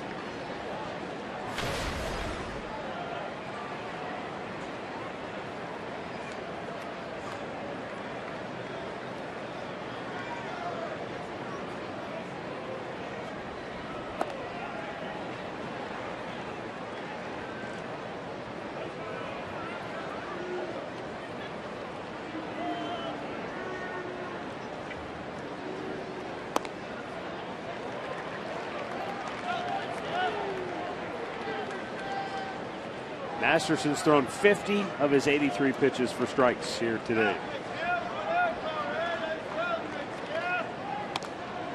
The way he started this game,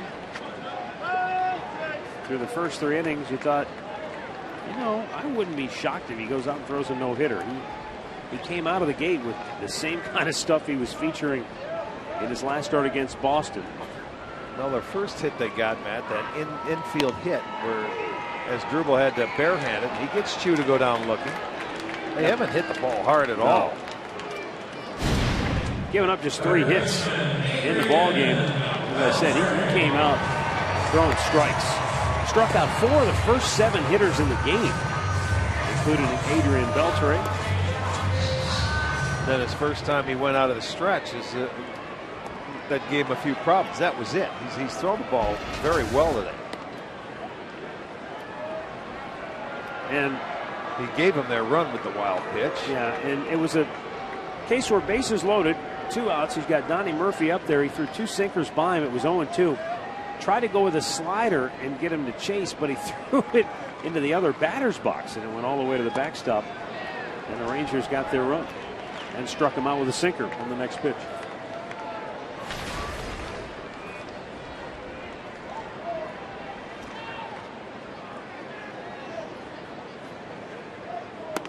A little bit low.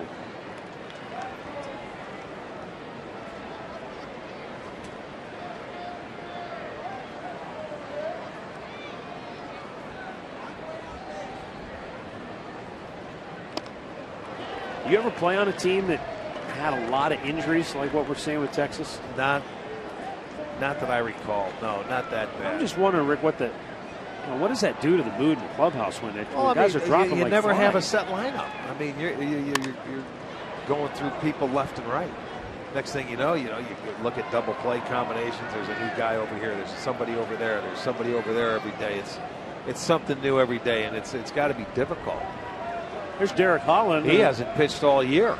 On the right there, he's getting ready to come off the DL at some point. I mean, we watched him throw in the outfield before the game. I would imagine he'll be going on a rehab stint here before long.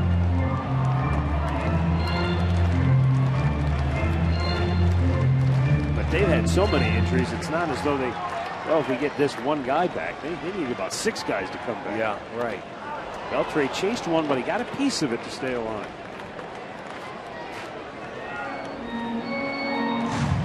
Well, he looked like he was playing cricket here. He went down, and I don't know if that ball hit the dirt. It did. It hit the dirt first before he fouled it off.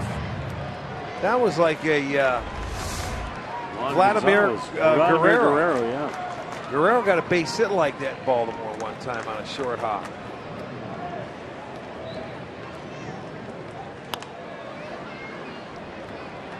Boy, if he can foul that pitch off.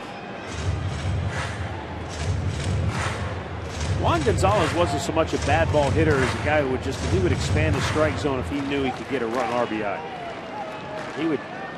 He would get bad on the ball. He wouldn't chase and miss. He'd chase a ball maybe a foot outside, but he'd still get the run home from third. He truly was a guy and played a long time here in Texas.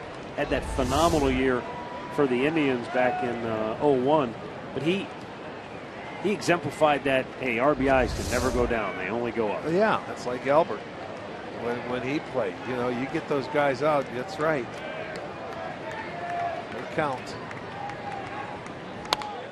Beltre shoots one down the right field line. That's a fair ball.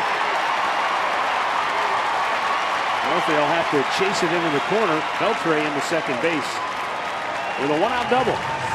That's a heck of an at-bat because he fouled off just about everything Masterson threw at him. Beltre he was gonna swing at anything and everything. This pitch goes away and it gave him a little swing at her, but he stayed back enough. Give him credit, boy, hit it down into the right field corner. It was a 10-pitch at-bat. Probably the hardest ball hit off Masterson today. So that'll be a one-out double. This is 12th. Mark Sipchinski getting loose in the Indians bullpen. First time we've had activity out there today. Alex Rios singled and scored Texas's only run in that 4th inning.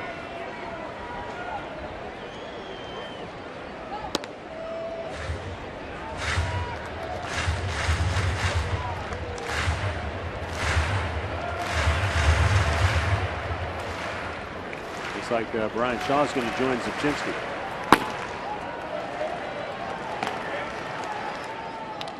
Foul right back.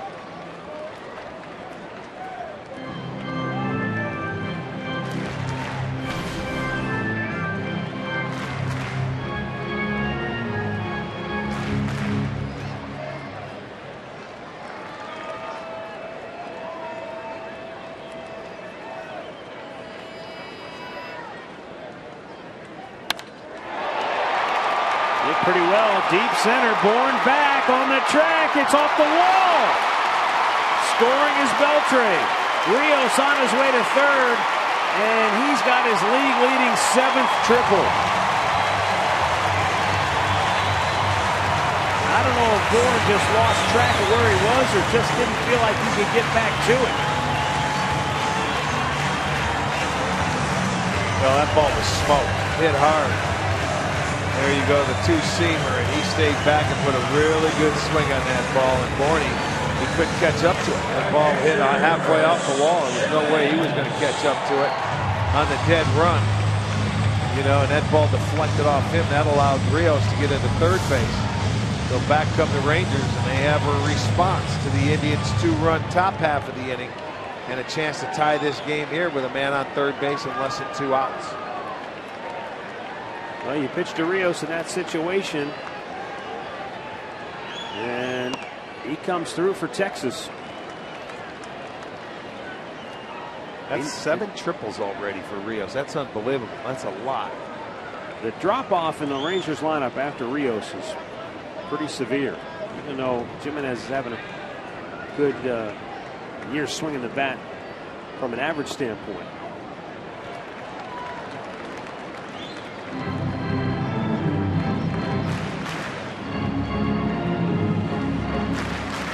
But you got Rios, who just drove in his 31st run of the year. The 6, 7, 8, and 9 hitters that are now in the lineup have combined for 37.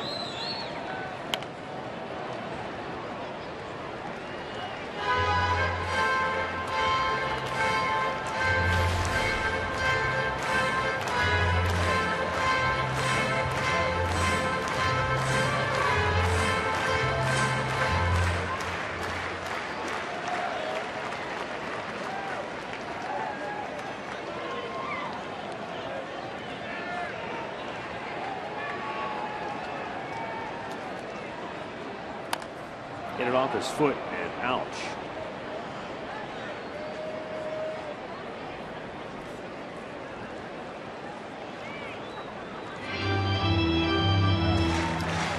It's over 100 now for Masterson. Indians' lead is down to a single run.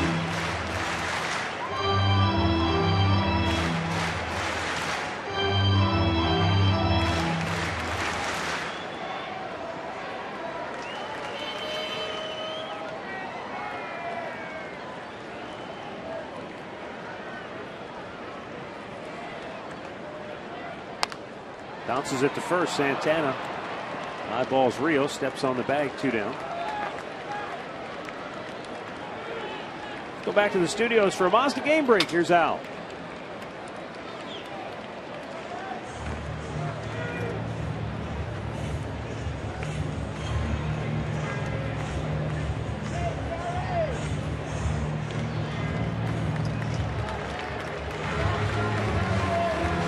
Justin Masterson's day is over after 5 2/3 innings. He allows 2 runs on just 5 hits. But he's out of the game. Mark Zipchinski's coming on next.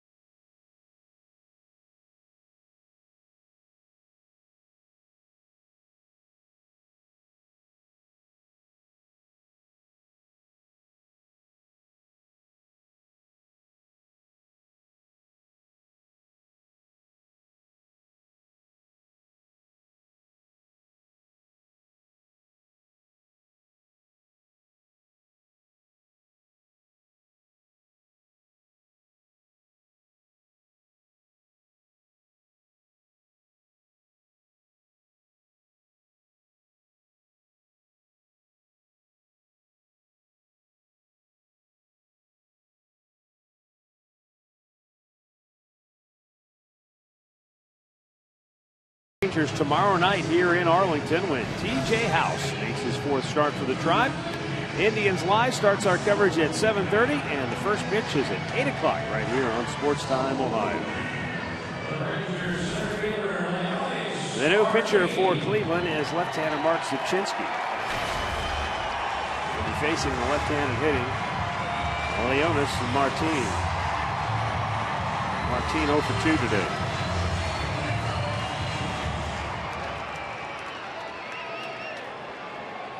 Alex Rios, the tying run at third base with 2 outs here in the 6th.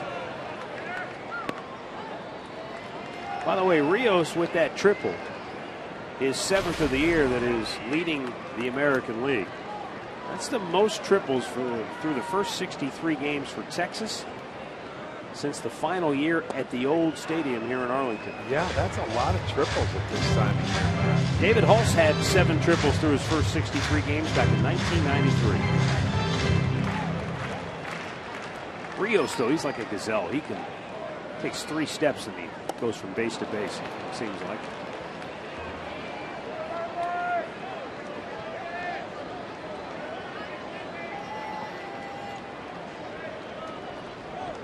One ball, 2 strikes.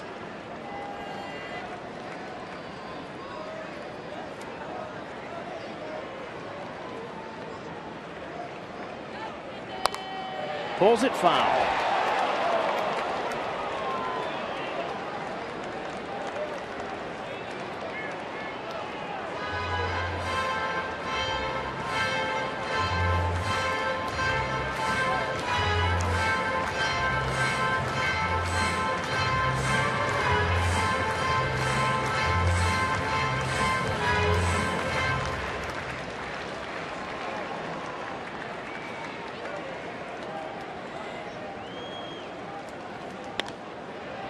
Slow chopper to second base. Kipnis has to hurry. Gets rid of it. Got it. Nice play by Jason Kipnis. And the inning is over. Rangers get a run closer. 3-2 Cleveland. We go to the 7th.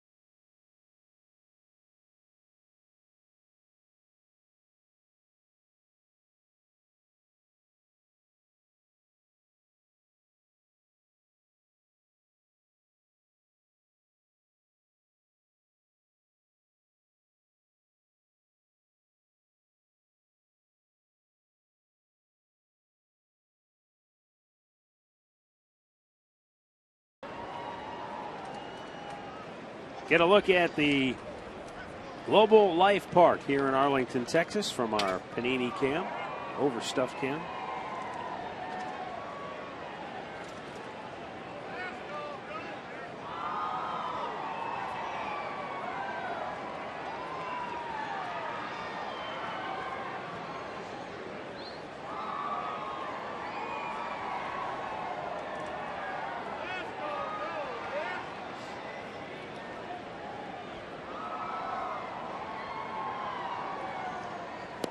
Dribble Cabrera looks at a pitch over the outside corner. Strike.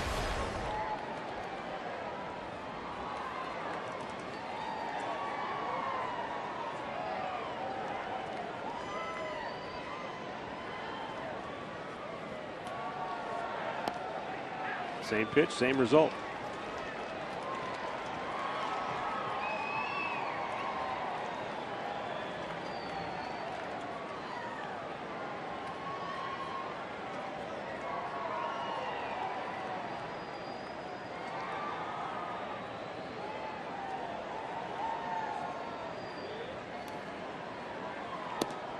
That's off the plate.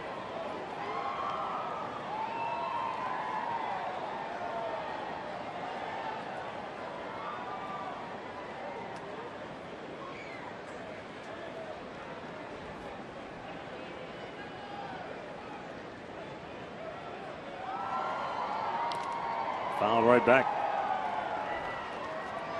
Tried to run one by him inside.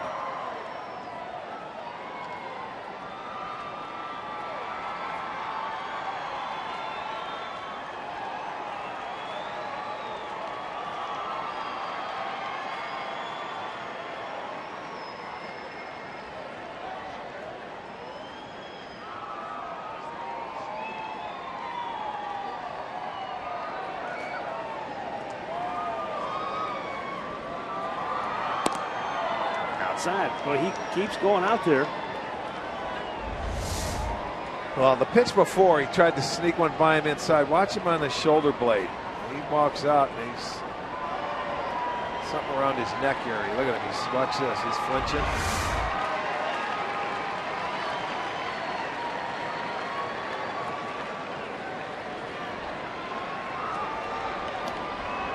Missed inside with an off-speed pitch.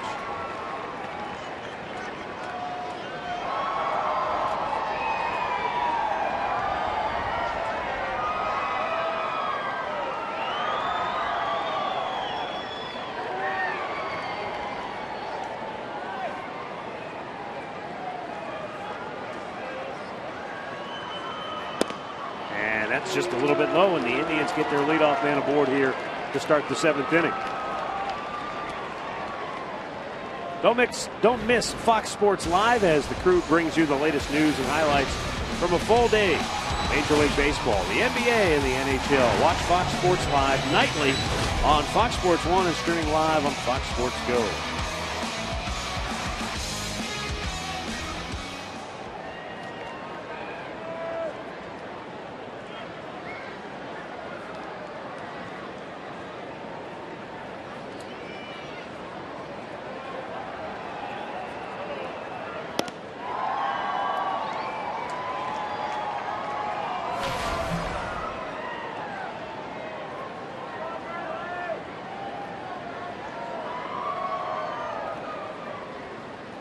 Left-hander up in the Ranger bullpen. It's Neil Kotz.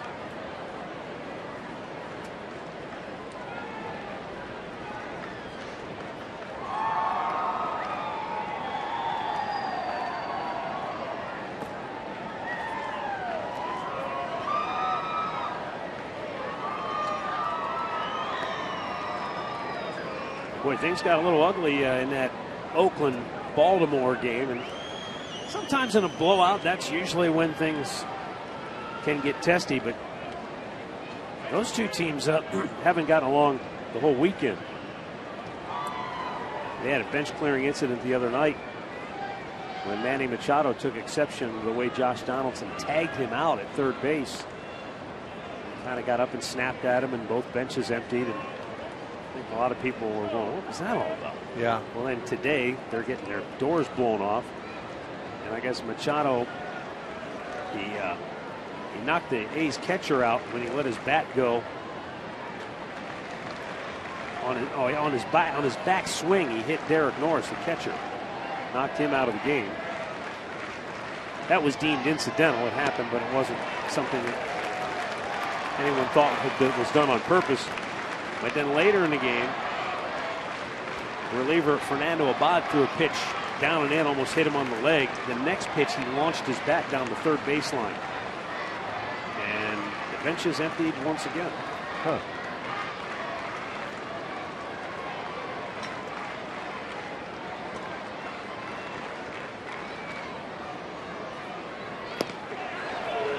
Brantley is going to be called out on strikes. I don't think he agreed with the call by Gary Cederstrom. And that's out number one. Let's take a look at it in our pitch track. Just a little bit off the plate. It says Brantley a good enough eye. That ball's outside. He didn't like it, and he can't believe it. Joe Saunders did not strike out a batter in his 5 1/3 innings, so both strikeouts have come off the arm of Sean Tollison here today. And they've all happened, both strikeouts in the last 3 batters.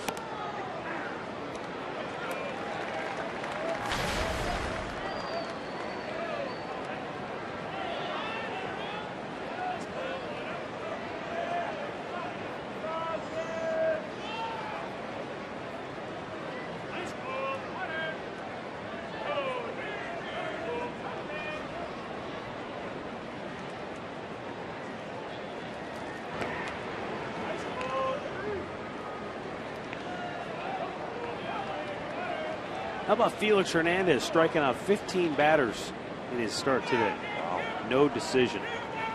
Well, they didn't score till the ninth, right? They scored 5 in the ninth in Tampa. Yeah. And got a no decision. Oh, hang with them. 15 punch-outs. Boy, that's...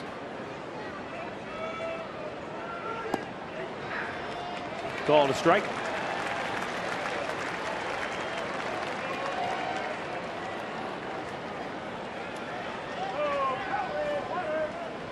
By the way, the Seattle Mariners team record for strikeouts in a game is 17. Who's that? Randy Johnson, I would imagine. Jamie Moyer and Scott Bankhead.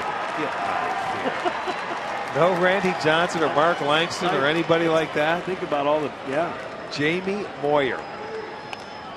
And Scott Bankhead, who struck out 15 or 17 in a game in 1989.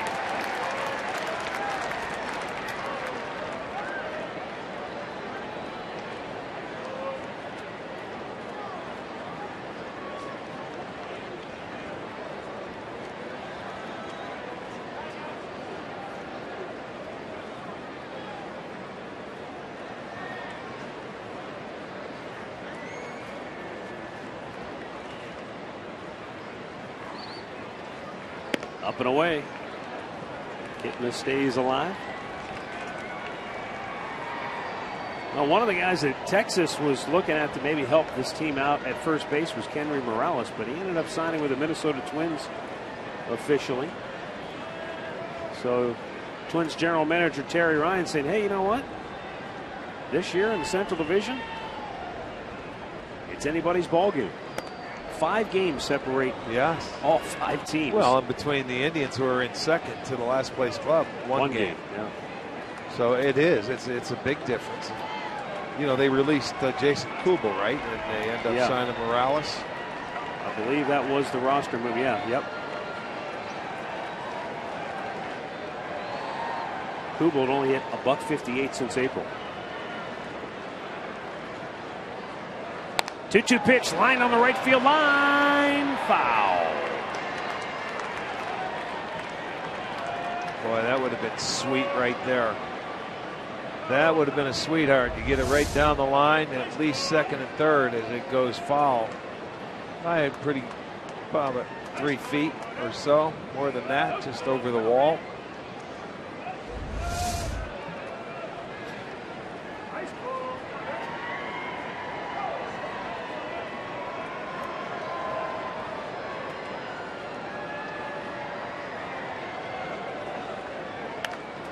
Pop back out of play.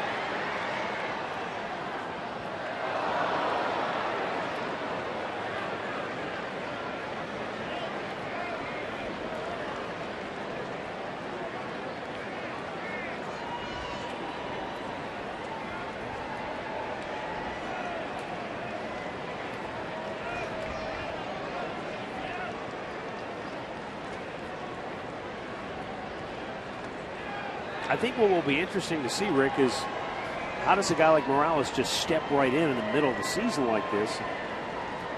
You know, they could ease him into it. You know, they could start him off in AAA and let him play a few games. Can't. Oh, okay. He doesn't have any options left, so they. Well, then you throw him into the fire. He's a veteran. He Hang can with hit. him, right? Fly ball left field choice coming in. 2 down. And that will bring up Carlos Santana, and it will bring Ron Washington out of the Texas dugout.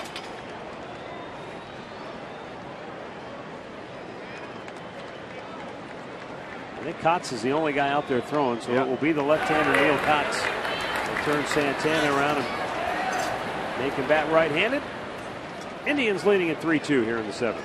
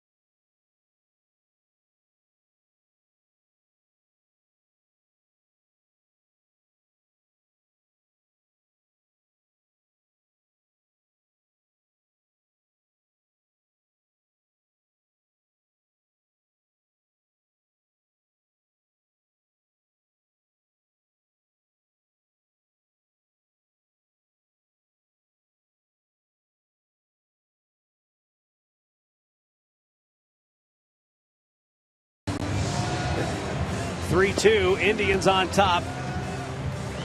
Texas Rangers players have literally been dropping like flies, and this happened earlier in the game. Rougned Odor, on his way back to first base, he jammed his right shoulder when he placed his hand on the ground to try and brace himself, and he couldn't even get back to the bag. That's how much pain he was in. Santana would eventually tag him out. Odor left the game with what they're calling a shoulder sprain. He'll be evaluated further after the ball game, and that might be the Rangers trainer right there giving him more bad news. Ron's like, if I see you again. Carlos Santana, 0 for 2. He has grounded out twice and walked. I mean, imagine being in that position where you're that guy who's always giving the manager bad news. I think rumor has it he moved in with Wash over here at his house. He can save on phone bills. Just tell him, walk into the room, say, hey, Skip. You lost another one. Another one bites the dust. Santana bloops one into center field. That's going to drop for a hit. And stopping at second base is Cabrera. And the Indians trying to do some 2-out damage here to increase their lead. Well, placed perfectly there by Santana. The ball got down around the trademark, so the left-hander to flip him over to the other side, that doesn't pay off. But now Gomes is going to have an opportunity. And Gomes has batted .288 against left-handers coming into today's game. And he was 1 for 2 against left-handed starter Joe Saunders.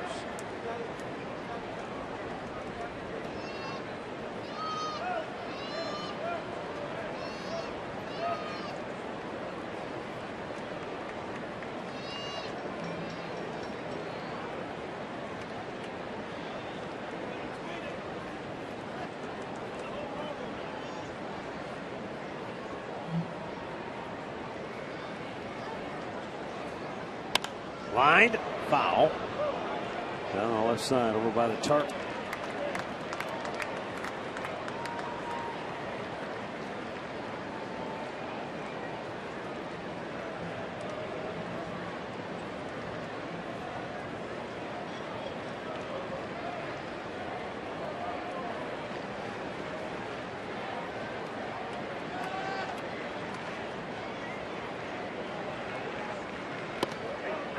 Went inside and got it over the corner for a strike. He gets ahead 0-2.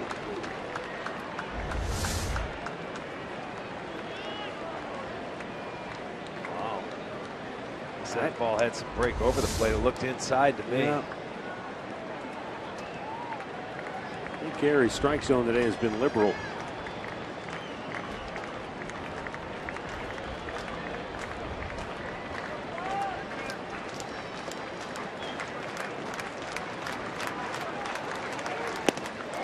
Strikes him out to end the inning. Tribe strands a pair. 7th inning stretch time in Texas with the Indians on top 3-2. 7th inning stretch brought to you by Spitzer Auto World. Life is hard. Buying a car shouldn't be.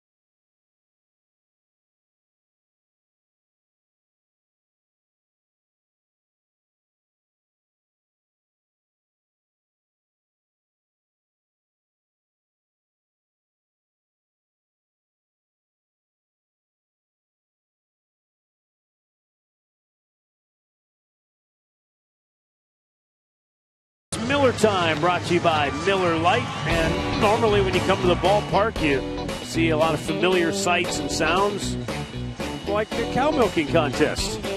This was before yesterday's ball game. Oh, look at, he's upset. Robbie Ross there got kicked out. George Kateris out-milked the Rangers to win the competition. He takes home the trophy. Farmer George. Josh Tomlin was involved in one of those. I think we were out in Anaheim. And he and Katie talked about it on the pregame show. He said he didn't win. He out-milked the guy, but they gave it to the hometown kid, so he lost. But that was an interesting, on the Indians Live, he told Katie Witham that it was Fausto Carmona that gave him the advice on how to properly milk a cow. Have you ever milked a cow? Nope. Would you ever? Nope. Why not?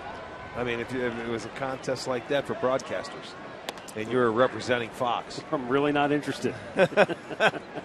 You'd turn it over to me, wouldn't you? If you want to, have at it, big boy. No, they're asking you, not me. I'll go to the store and buy my gallon. Well, then pour it in, and I'll pretend to milk it. High fly ball, center field, Michael Bourne will make the catch. One away. Let's go back to the studios for a Mazda game break. Maybe Al would like to milk the cow. I think he would.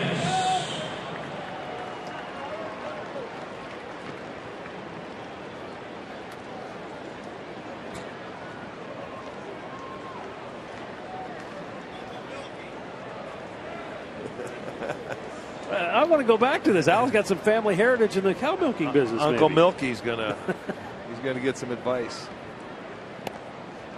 Luis Sardinas, his first at bat of the ball game. He came on when Rougned Odor suffered the shoulder sprain in the fifth.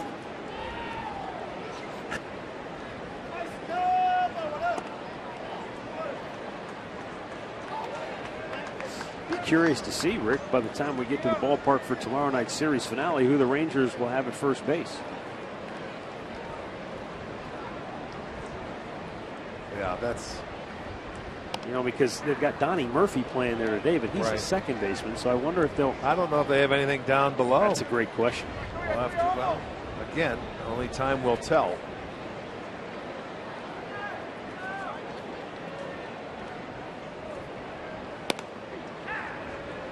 Strike call to Sardinas. And it is a 2-2 count. Indians lead it by a run. Tribe trying to win for the 8th time in their last 9 games. To go a game above 500 if they can hold on. Sardinas ground ball, and it's a base hit in the right field. That's what we were talking about earlier in the game on a ground ball hit. You can see how it flies through the infield there. Kipnis thought he might have a chance to catch up to it, but no, it gets under his glove. You can see he was out in front of it too. But it just skips through this infield. It is fast. It is quick. It goes as a base hit. That's hit number 6 now for Texas. One out base runner for Michael Choice.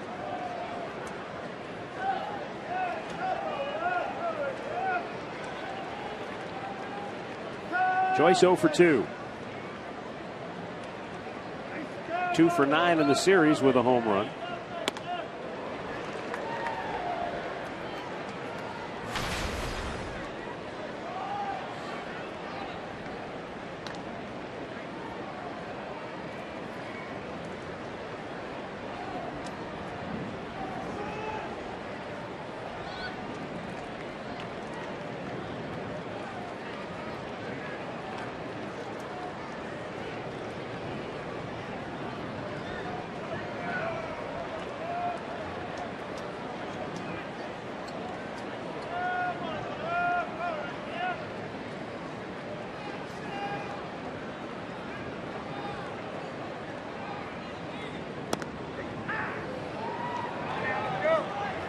Shaw gets ahead 0-2. Elvis Andrus waiting on deck.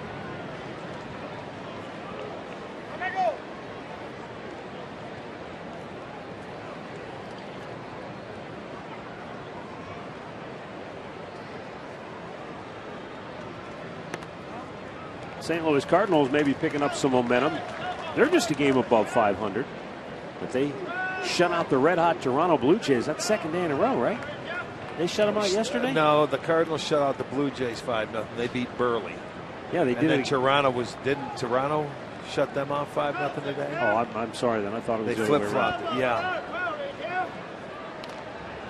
No, St. Louis shut them out again. So 2 in a row. They did? Yeah.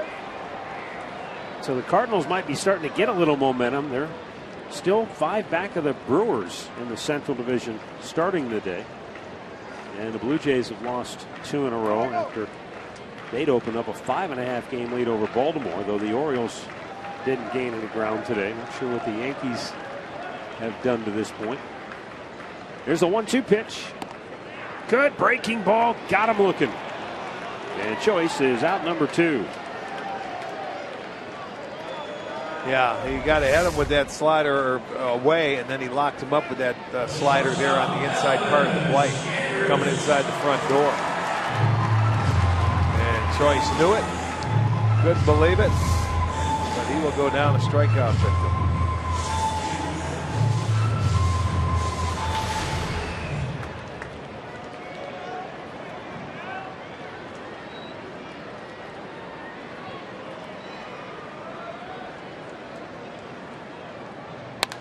Elvis Andrus with a ground ball to Kipnis, and the second baseman throws him out. So Andrus 0 for 4 today. And we played 7 with the Indians leading it 3-2.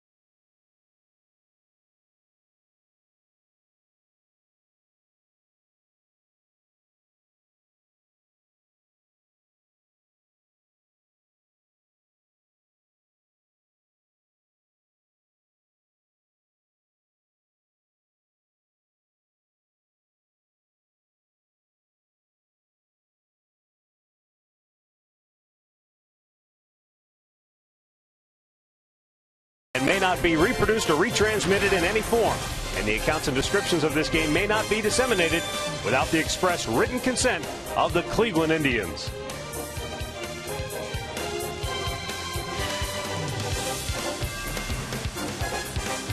Stay tuned for Indians Live, brought to you by Conrad's Tire Express and Total Car Care. It's coming up next here on Sports Time Ohio, immediately following the ball game.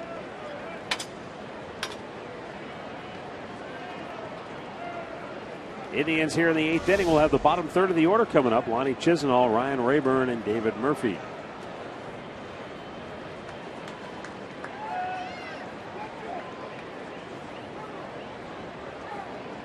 Lonnie, 2 hits, 2 runs scored on the day. And Neil Kotz delivers a fastball for a strike.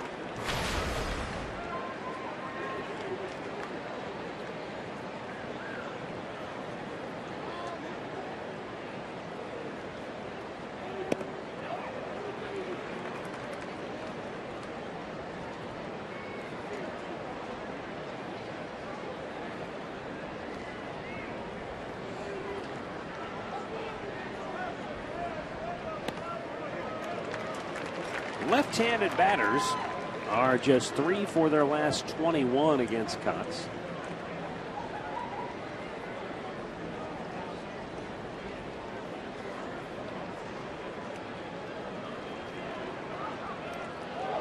almost nipped him on the shoulder, but it goes to the backstop. And it's 2-2. Kotz has only allowed 1 home run on the year, and he's gone 23 straight games without giving up a home run. That's the 4th longest stretch of his career without allowing a long ball.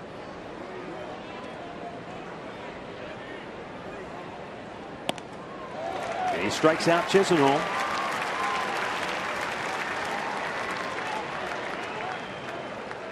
Our in-game box score brought to you by your Hyundai dealers. Lonnie has scored a pair. The other run scored by Yan Gomes. He came home on David. He came home on Rayburn's single in the 6th, and David Murphy brought home Chisenhall with a sac fly when the Indians scored to take the lead in the 6th inning, and they're still holding on to that lead by a single run.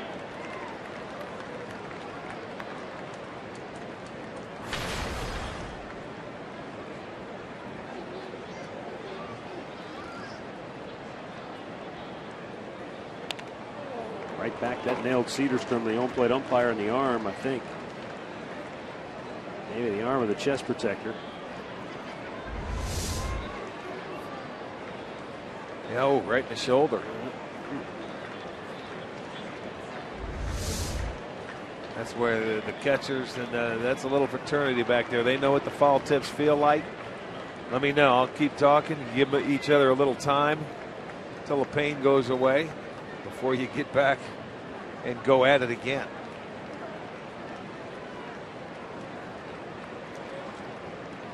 Now the 0-2 fouled off. A little cutter inside. Oh, that is bearing in on him. It sure does. That's the one pitch, though, you know, that he's called a strike a couple of times in there. So if you don't swing at it, you could get called out. But when you see, if you try to hit it, all you can do is barely pull it foul, especially if he's calling that pitch a strike. It's when normally you'd like to lay off, and they keep going right back in there. It's smart.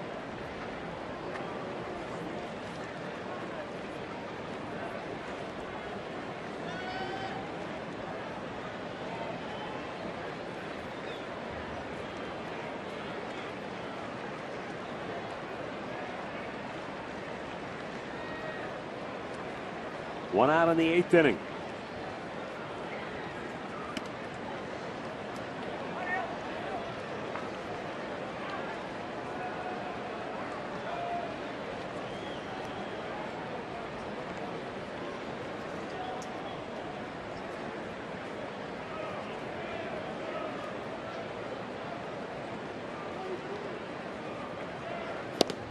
Got him looking, bottom of the strike zone. I'm telling you, that pitch in there. He has struck out 3 in a row. See, Rayburn didn't like it, but if you take the pitch, it's the same pitch. You got to stay in there. If you're a left-hander, it's in off the plate. But if he's calling it, see, he swung at it one time to foul it off, and you see what happened. He barely got a piece of one. But if he's calling that, you're in for a tough afternoon if you're a right-hander.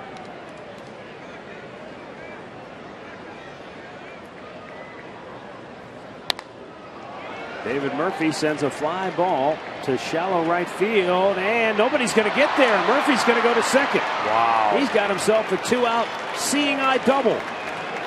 Boy, I know Rios in right field didn't get a good jump on it, but that ball you would think has to be caught. I mean, that had some hang time to it. And I mean, it was like the devil's triangle. All 3 of them running. See, they right there, Sardinas, he was on it. He quit on it.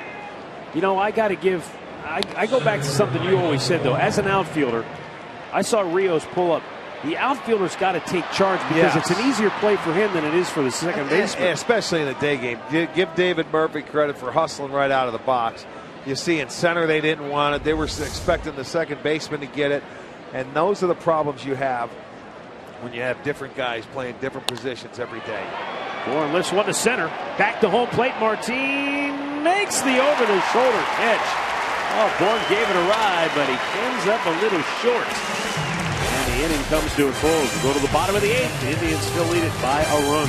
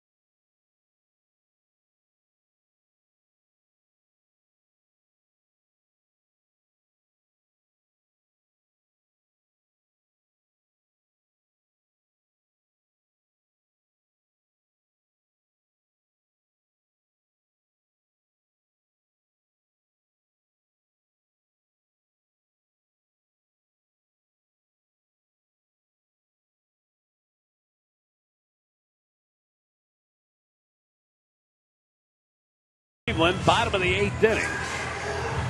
Rangers will send Chu, Beltre, and Rios to the plate. This is the most dangerous part of the Texas lineup. These are the guys that can hurt you, and they've accounted for both runs in the ballgame. Beltre scored in the 6th, Rios in the 4th.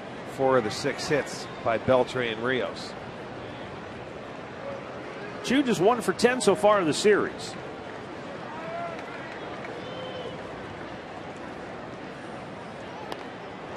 Trying to bunt his way aboard, but he bunted it right back to Shaw. Thank you. And he throws him out for out number 1. You know, he's out there thinking, I've got to get it started.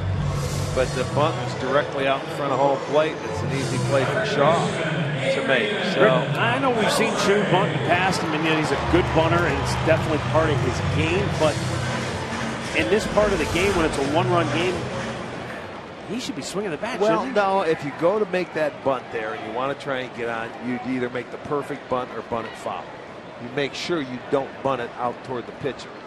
You try and be perfect with it, because if you miss, then you come back and you can hit. It's just a foul ball, and it's only a strike, and you did it on the first pitch.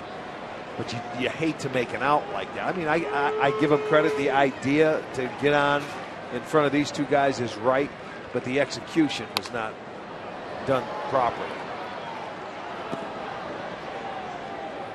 Adrian Beltre had a little squib hit in the 4th. It was the first hit of the game allowed by Justin Masterson.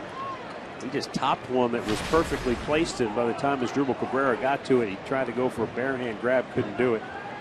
Then in the 6th, he had a 10-pitch at-bat against Justin. That might have wore him out. Masterson was gone 2 batters later. Pretty good curveball, but missed inside. But in that at-bat, Beltre didn't want to walk. He fouled off pitch after pitch, and most of them were out of the strike zone, and then eventually he lined a double in the right field corner. He fouled off one pitch that hit in front of home plate, and it bounced. Popped him up. Shallow right. Kipnis is out there. And Jason has it, 2 down.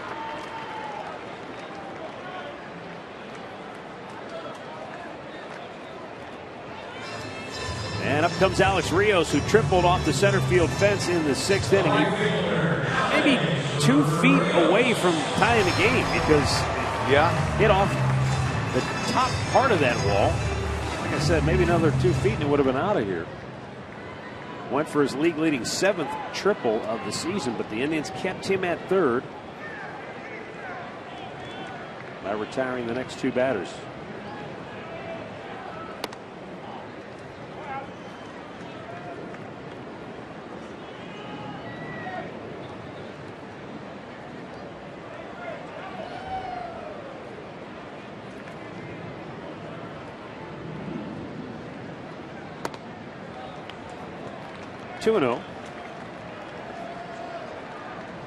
I'll be really surprised if they give him anything.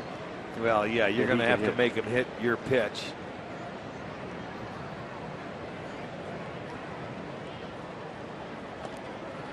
Three balls, no strikes.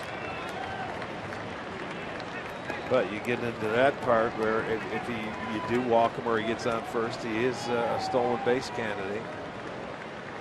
Stolen 12 out of 19.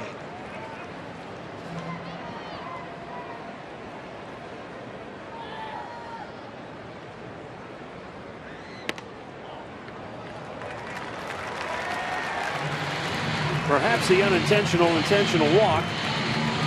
2-out base runner now for Chris Jimenez. 0 for 2 today, 1 for 5 in the series.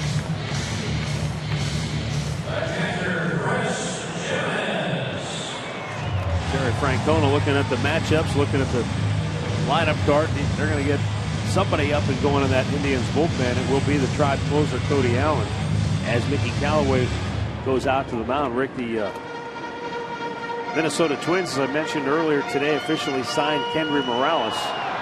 And there was a lot of talk that, a signing like that signals to the players that the ownership and the front office is behind him, saying, hey, boys, let's go try to win this thing. You sign a player like a Morales that should be able to help them. And the Twins went out and got hammered today by Houston. It's not over yet, but the Astros are beating the Twins 14-5. Wow. They've been playing a lot better lately. They sure have. I mean, Houston's got, you know, Altuve's a pretty good player. This George Springer looks like he's a pretty good player. Well, we don't play them until the end of the year, so I know we go there in September, and I think they come to Cleveland in August. Yeah, Houston has scored 4 in the 7th, 1 in the 8th, 4 more in the 9th. They lead 14-5, probably in the bottom of the 9th now at Target Field. Jimenez takes a slider for a strike.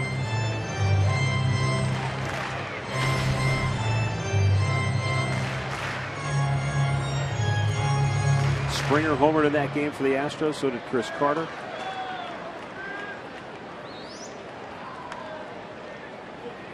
Kansas City beat the Yankees today 2-1 behind, is that James Shields? Has to be, right?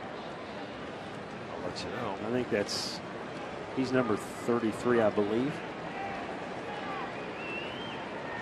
James Shields.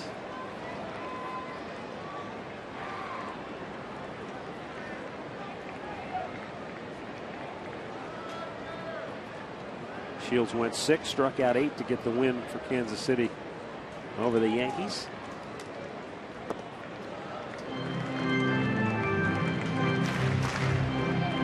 Greg Holland saved his 18th. Wow. Yeah. 18 saves already. He's been as good as anybody when you think about it in the game. Going back to last year, too, he had a heck of a year. We'll see those guys Tuesday and Wednesday. Short series there before we go on to Boston. There he goes. Rios took off. Jimenez almost picked off Martin in the on-deck circle, and wouldn't that have been par for the course for Texas?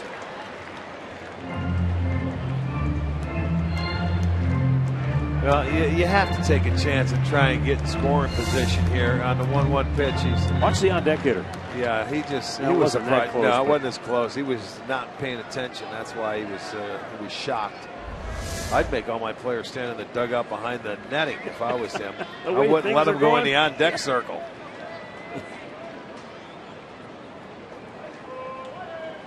You got to pay attention to him again over there now with 2 strikes as well. There he goes. They didn't. Throw down by Gomes. Not in time. Rios steals his 13th, and he's in scoring position now. Terry Francona's coming out. Maybe the Indians thought he got the tag on him. Well, we'll get a look. They'll put Greg to work in the clubhouse and see what he sees. You knew he was going to run. You just have to with this situation with the guys you have up. No, Kipnis never tagged him. He came up and tagged him on the butt. I think his foot was already on the base. This will be the definitive look, I do believe. Did he get him on the foot? No, I don't think he did. Well, that's awfully tough to call right now, but he's going to take a look. Maybe they got another. Did he get him on that foot? Wow. Well, I don't know. That's awfully close. That's the look. If we get a chance to go back and look at that it's again. It's a heck of a time to try for it if it's that close. But is there enough? Does he get the trail foot? Does he? It looked like he caught the glove. But now as the tag goes up, that's what he was looking at. No, I don't think he saw the tags foot. Him right there. It's on the foot. Well, if they can see that, then they may catch a break. It's a great time to try, only because that's the tying run. Oh yeah, I think he's out. You can get out of the inning. Well, then you see people at the ballpark are thinking it's okay because they're looking for the tag. They don't see the foot that we had to see. Yeah. And it looks like Francona's in there. He believes that they got him too. It's an Indians challenge. We'll see if they overturn it. Is there enough evidence? I think so. I mean, to me it looked like he clearly tags the spikes, the cleats, as he slides by there. And that is such. And the only time you can get that call is if there is. Because you see the glove move. You see the glove move when the back foot makes contact there. Well, I don't know. They didn't see that foot. They showed a different angle on their board that we have seen. So I don't know if he tagged that foot now.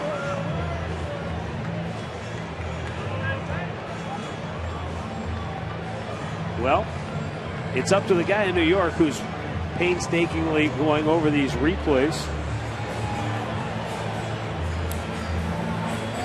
The one thing that was in question originally is while that tag was going on to that back foot, where was the front foot? It was clearly not on the bag at that point.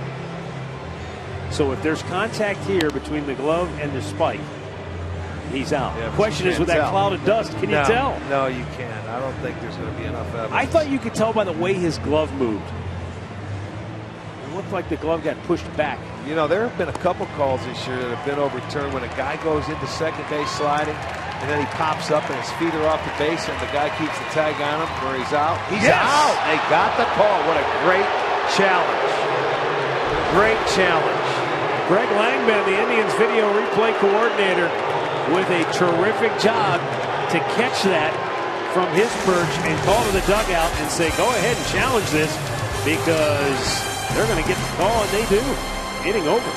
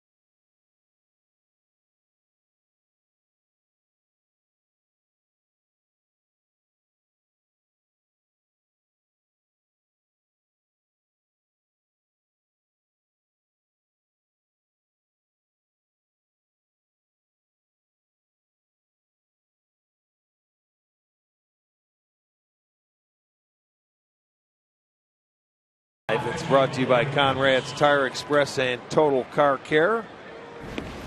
We're going into the 9th inning, and the Rangers will have another pitcher coming out of that bullpen. 4th one of the day. Jason Frazier comes on.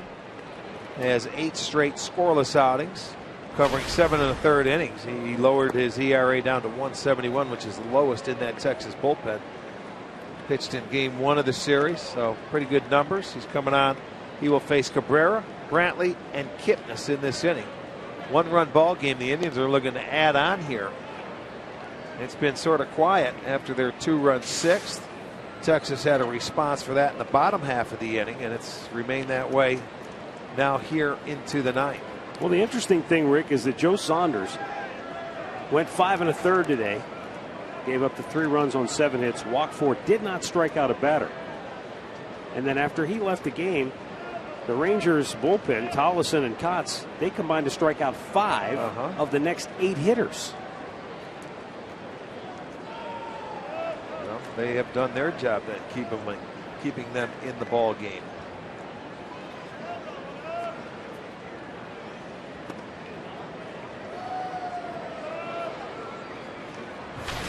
Asdrubal Cabrera had 3 straight hits to start the series, then went 0 for his next 9, and then got the Indians on the board here in the 5th with an RBI single. Now a liner right into the glove of Sardinas, and there's a case where the shift worked perfectly for Texas as it robs Cabrera of a would-be hit. Couldn't have placed him in a better spot. He didn't have to move.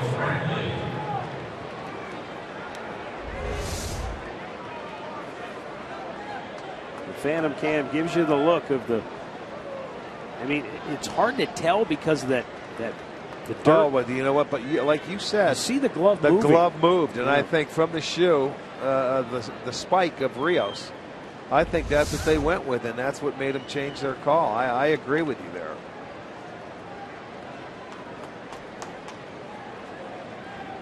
Is that the actual Phantom cam? I didn't know we were allowed to show that. Yeah, well, usually he's in hiding. It's the Phantom. It is. Low first, super slow-mo Phantom.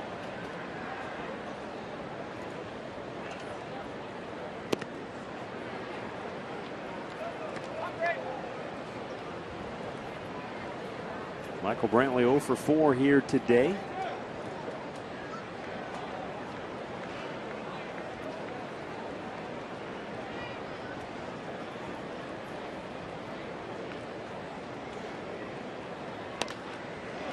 Line to left. And a nice running catch made by Michael Choice. 2 down. Looking back at our keys to the game, courtesy of Akron Children's Hospital. Well, the Indians didn't exactly light up Joe Saunders, but they did bang out 7 hits against him. And they did have an opportunity a couple of times to have big innings. Just didn't quite get the hit to bust it open. Justin Masterson did his thing for 5 2/3. Indians are trying to win one of those games that are very hard to win, a low-scoring game on the road. 3 runs or less. That's no question about it. That'll be the 30th time on the year if they don't score here and keep it at 3. Then they'll have an opportunity to slam the door in the 9th. Cody Allen will.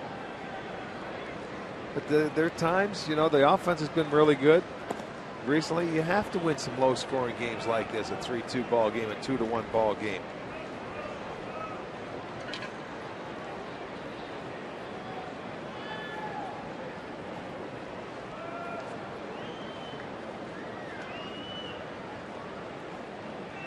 Fastball at the knees and a perfect pitch on the outside corner.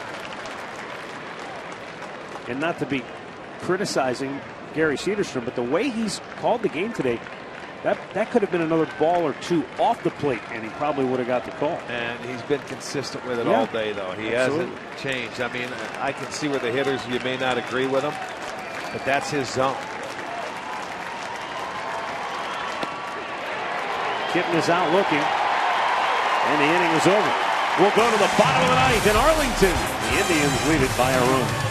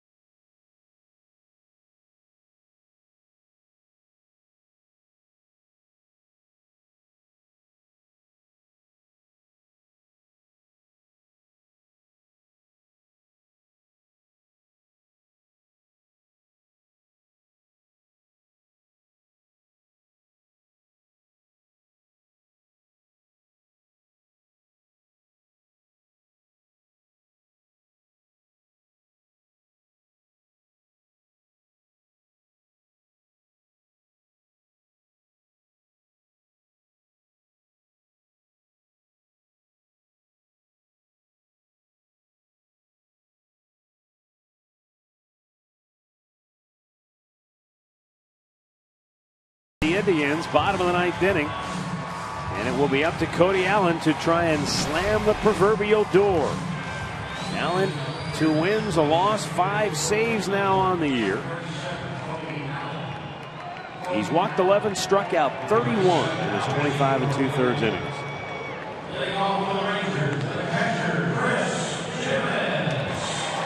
He's got 6, 7, and 8 due up in the Texas lineup. Chris Jimenez, Leonis Martin, and Donnie Murphy. Yeah, 6, 7, and 8. If he can go out there and have a 1, 2, 3 inning, then that means Andrus won't get an opportunity to get to the plate. Right. They got to get a few men aboard, and he's 0 for 4, so that 39-game hit streak against the Indians could come to an end. But first things first, get the leadoff man, get out number 1. Jimenez was at the plate when the play was overturned at second base on the tag by Kipnis on the Indians challenge.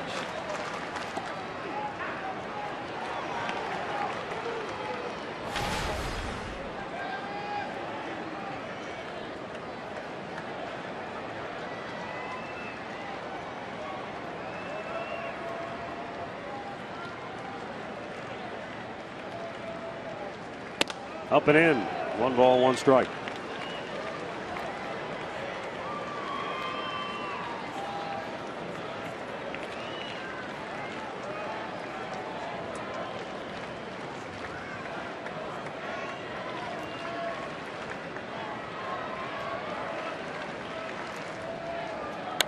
High fly ball center field. Michael Bourne calling for it. 1 down.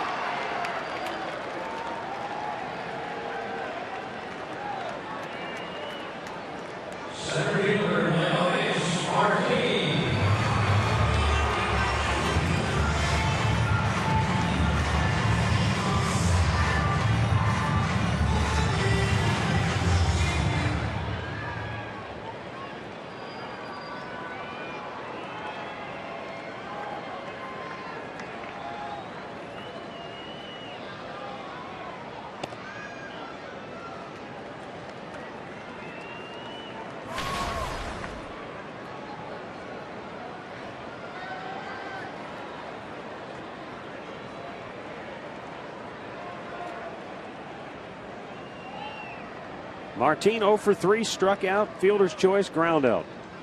Fouled right back. 1-1.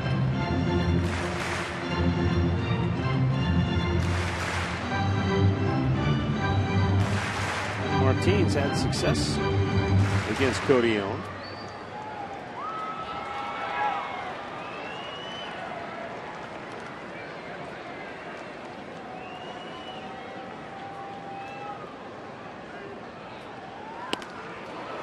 Rick, I noticed that Martin's a guy, I'm sure he's been doing this throughout the series. I just happen to notice it now. He chokes up.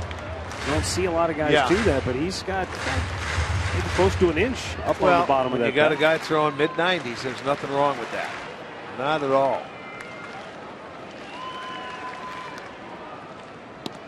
Breaking ball, got him looking. Backdoor slider, 2 down.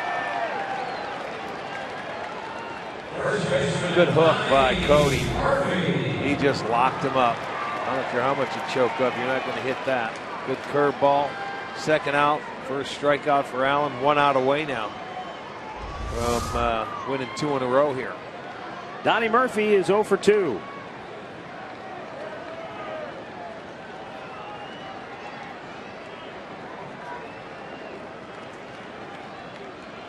Swing and a miss.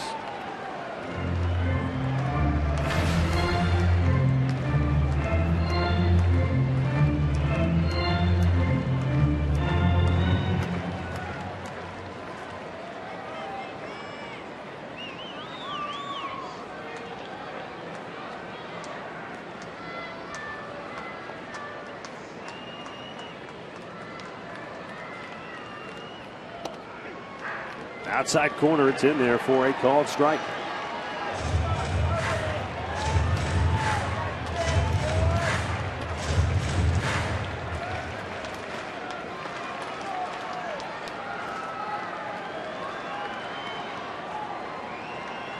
And the 0-2 pitch. Fastball off the plate. 34,613 came out to the ballpark here today in Arlington. Neither team able to generate much offensively. Tribe leading it by a run with 2 out in the ninth. And it's in the dirt to even the count at 2-2. Now the Indians do have 10 hits in the ball game.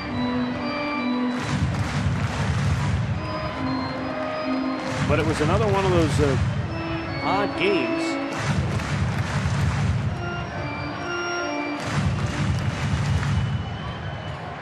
And that the first 9 hits of the game for the Indians were all singles. Their only extra base hit came on a 2-out double by David Murphy in the 8th, and that was a little blooper that fell in between 3 outfielders. Yes.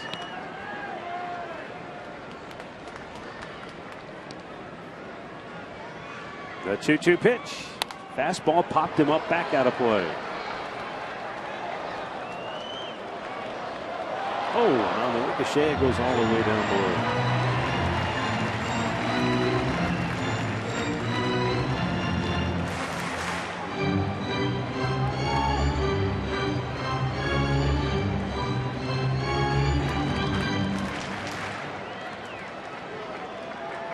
Two down, bottom of the ninth. Indians lead it by a run. And the 2-2 pitch is up high.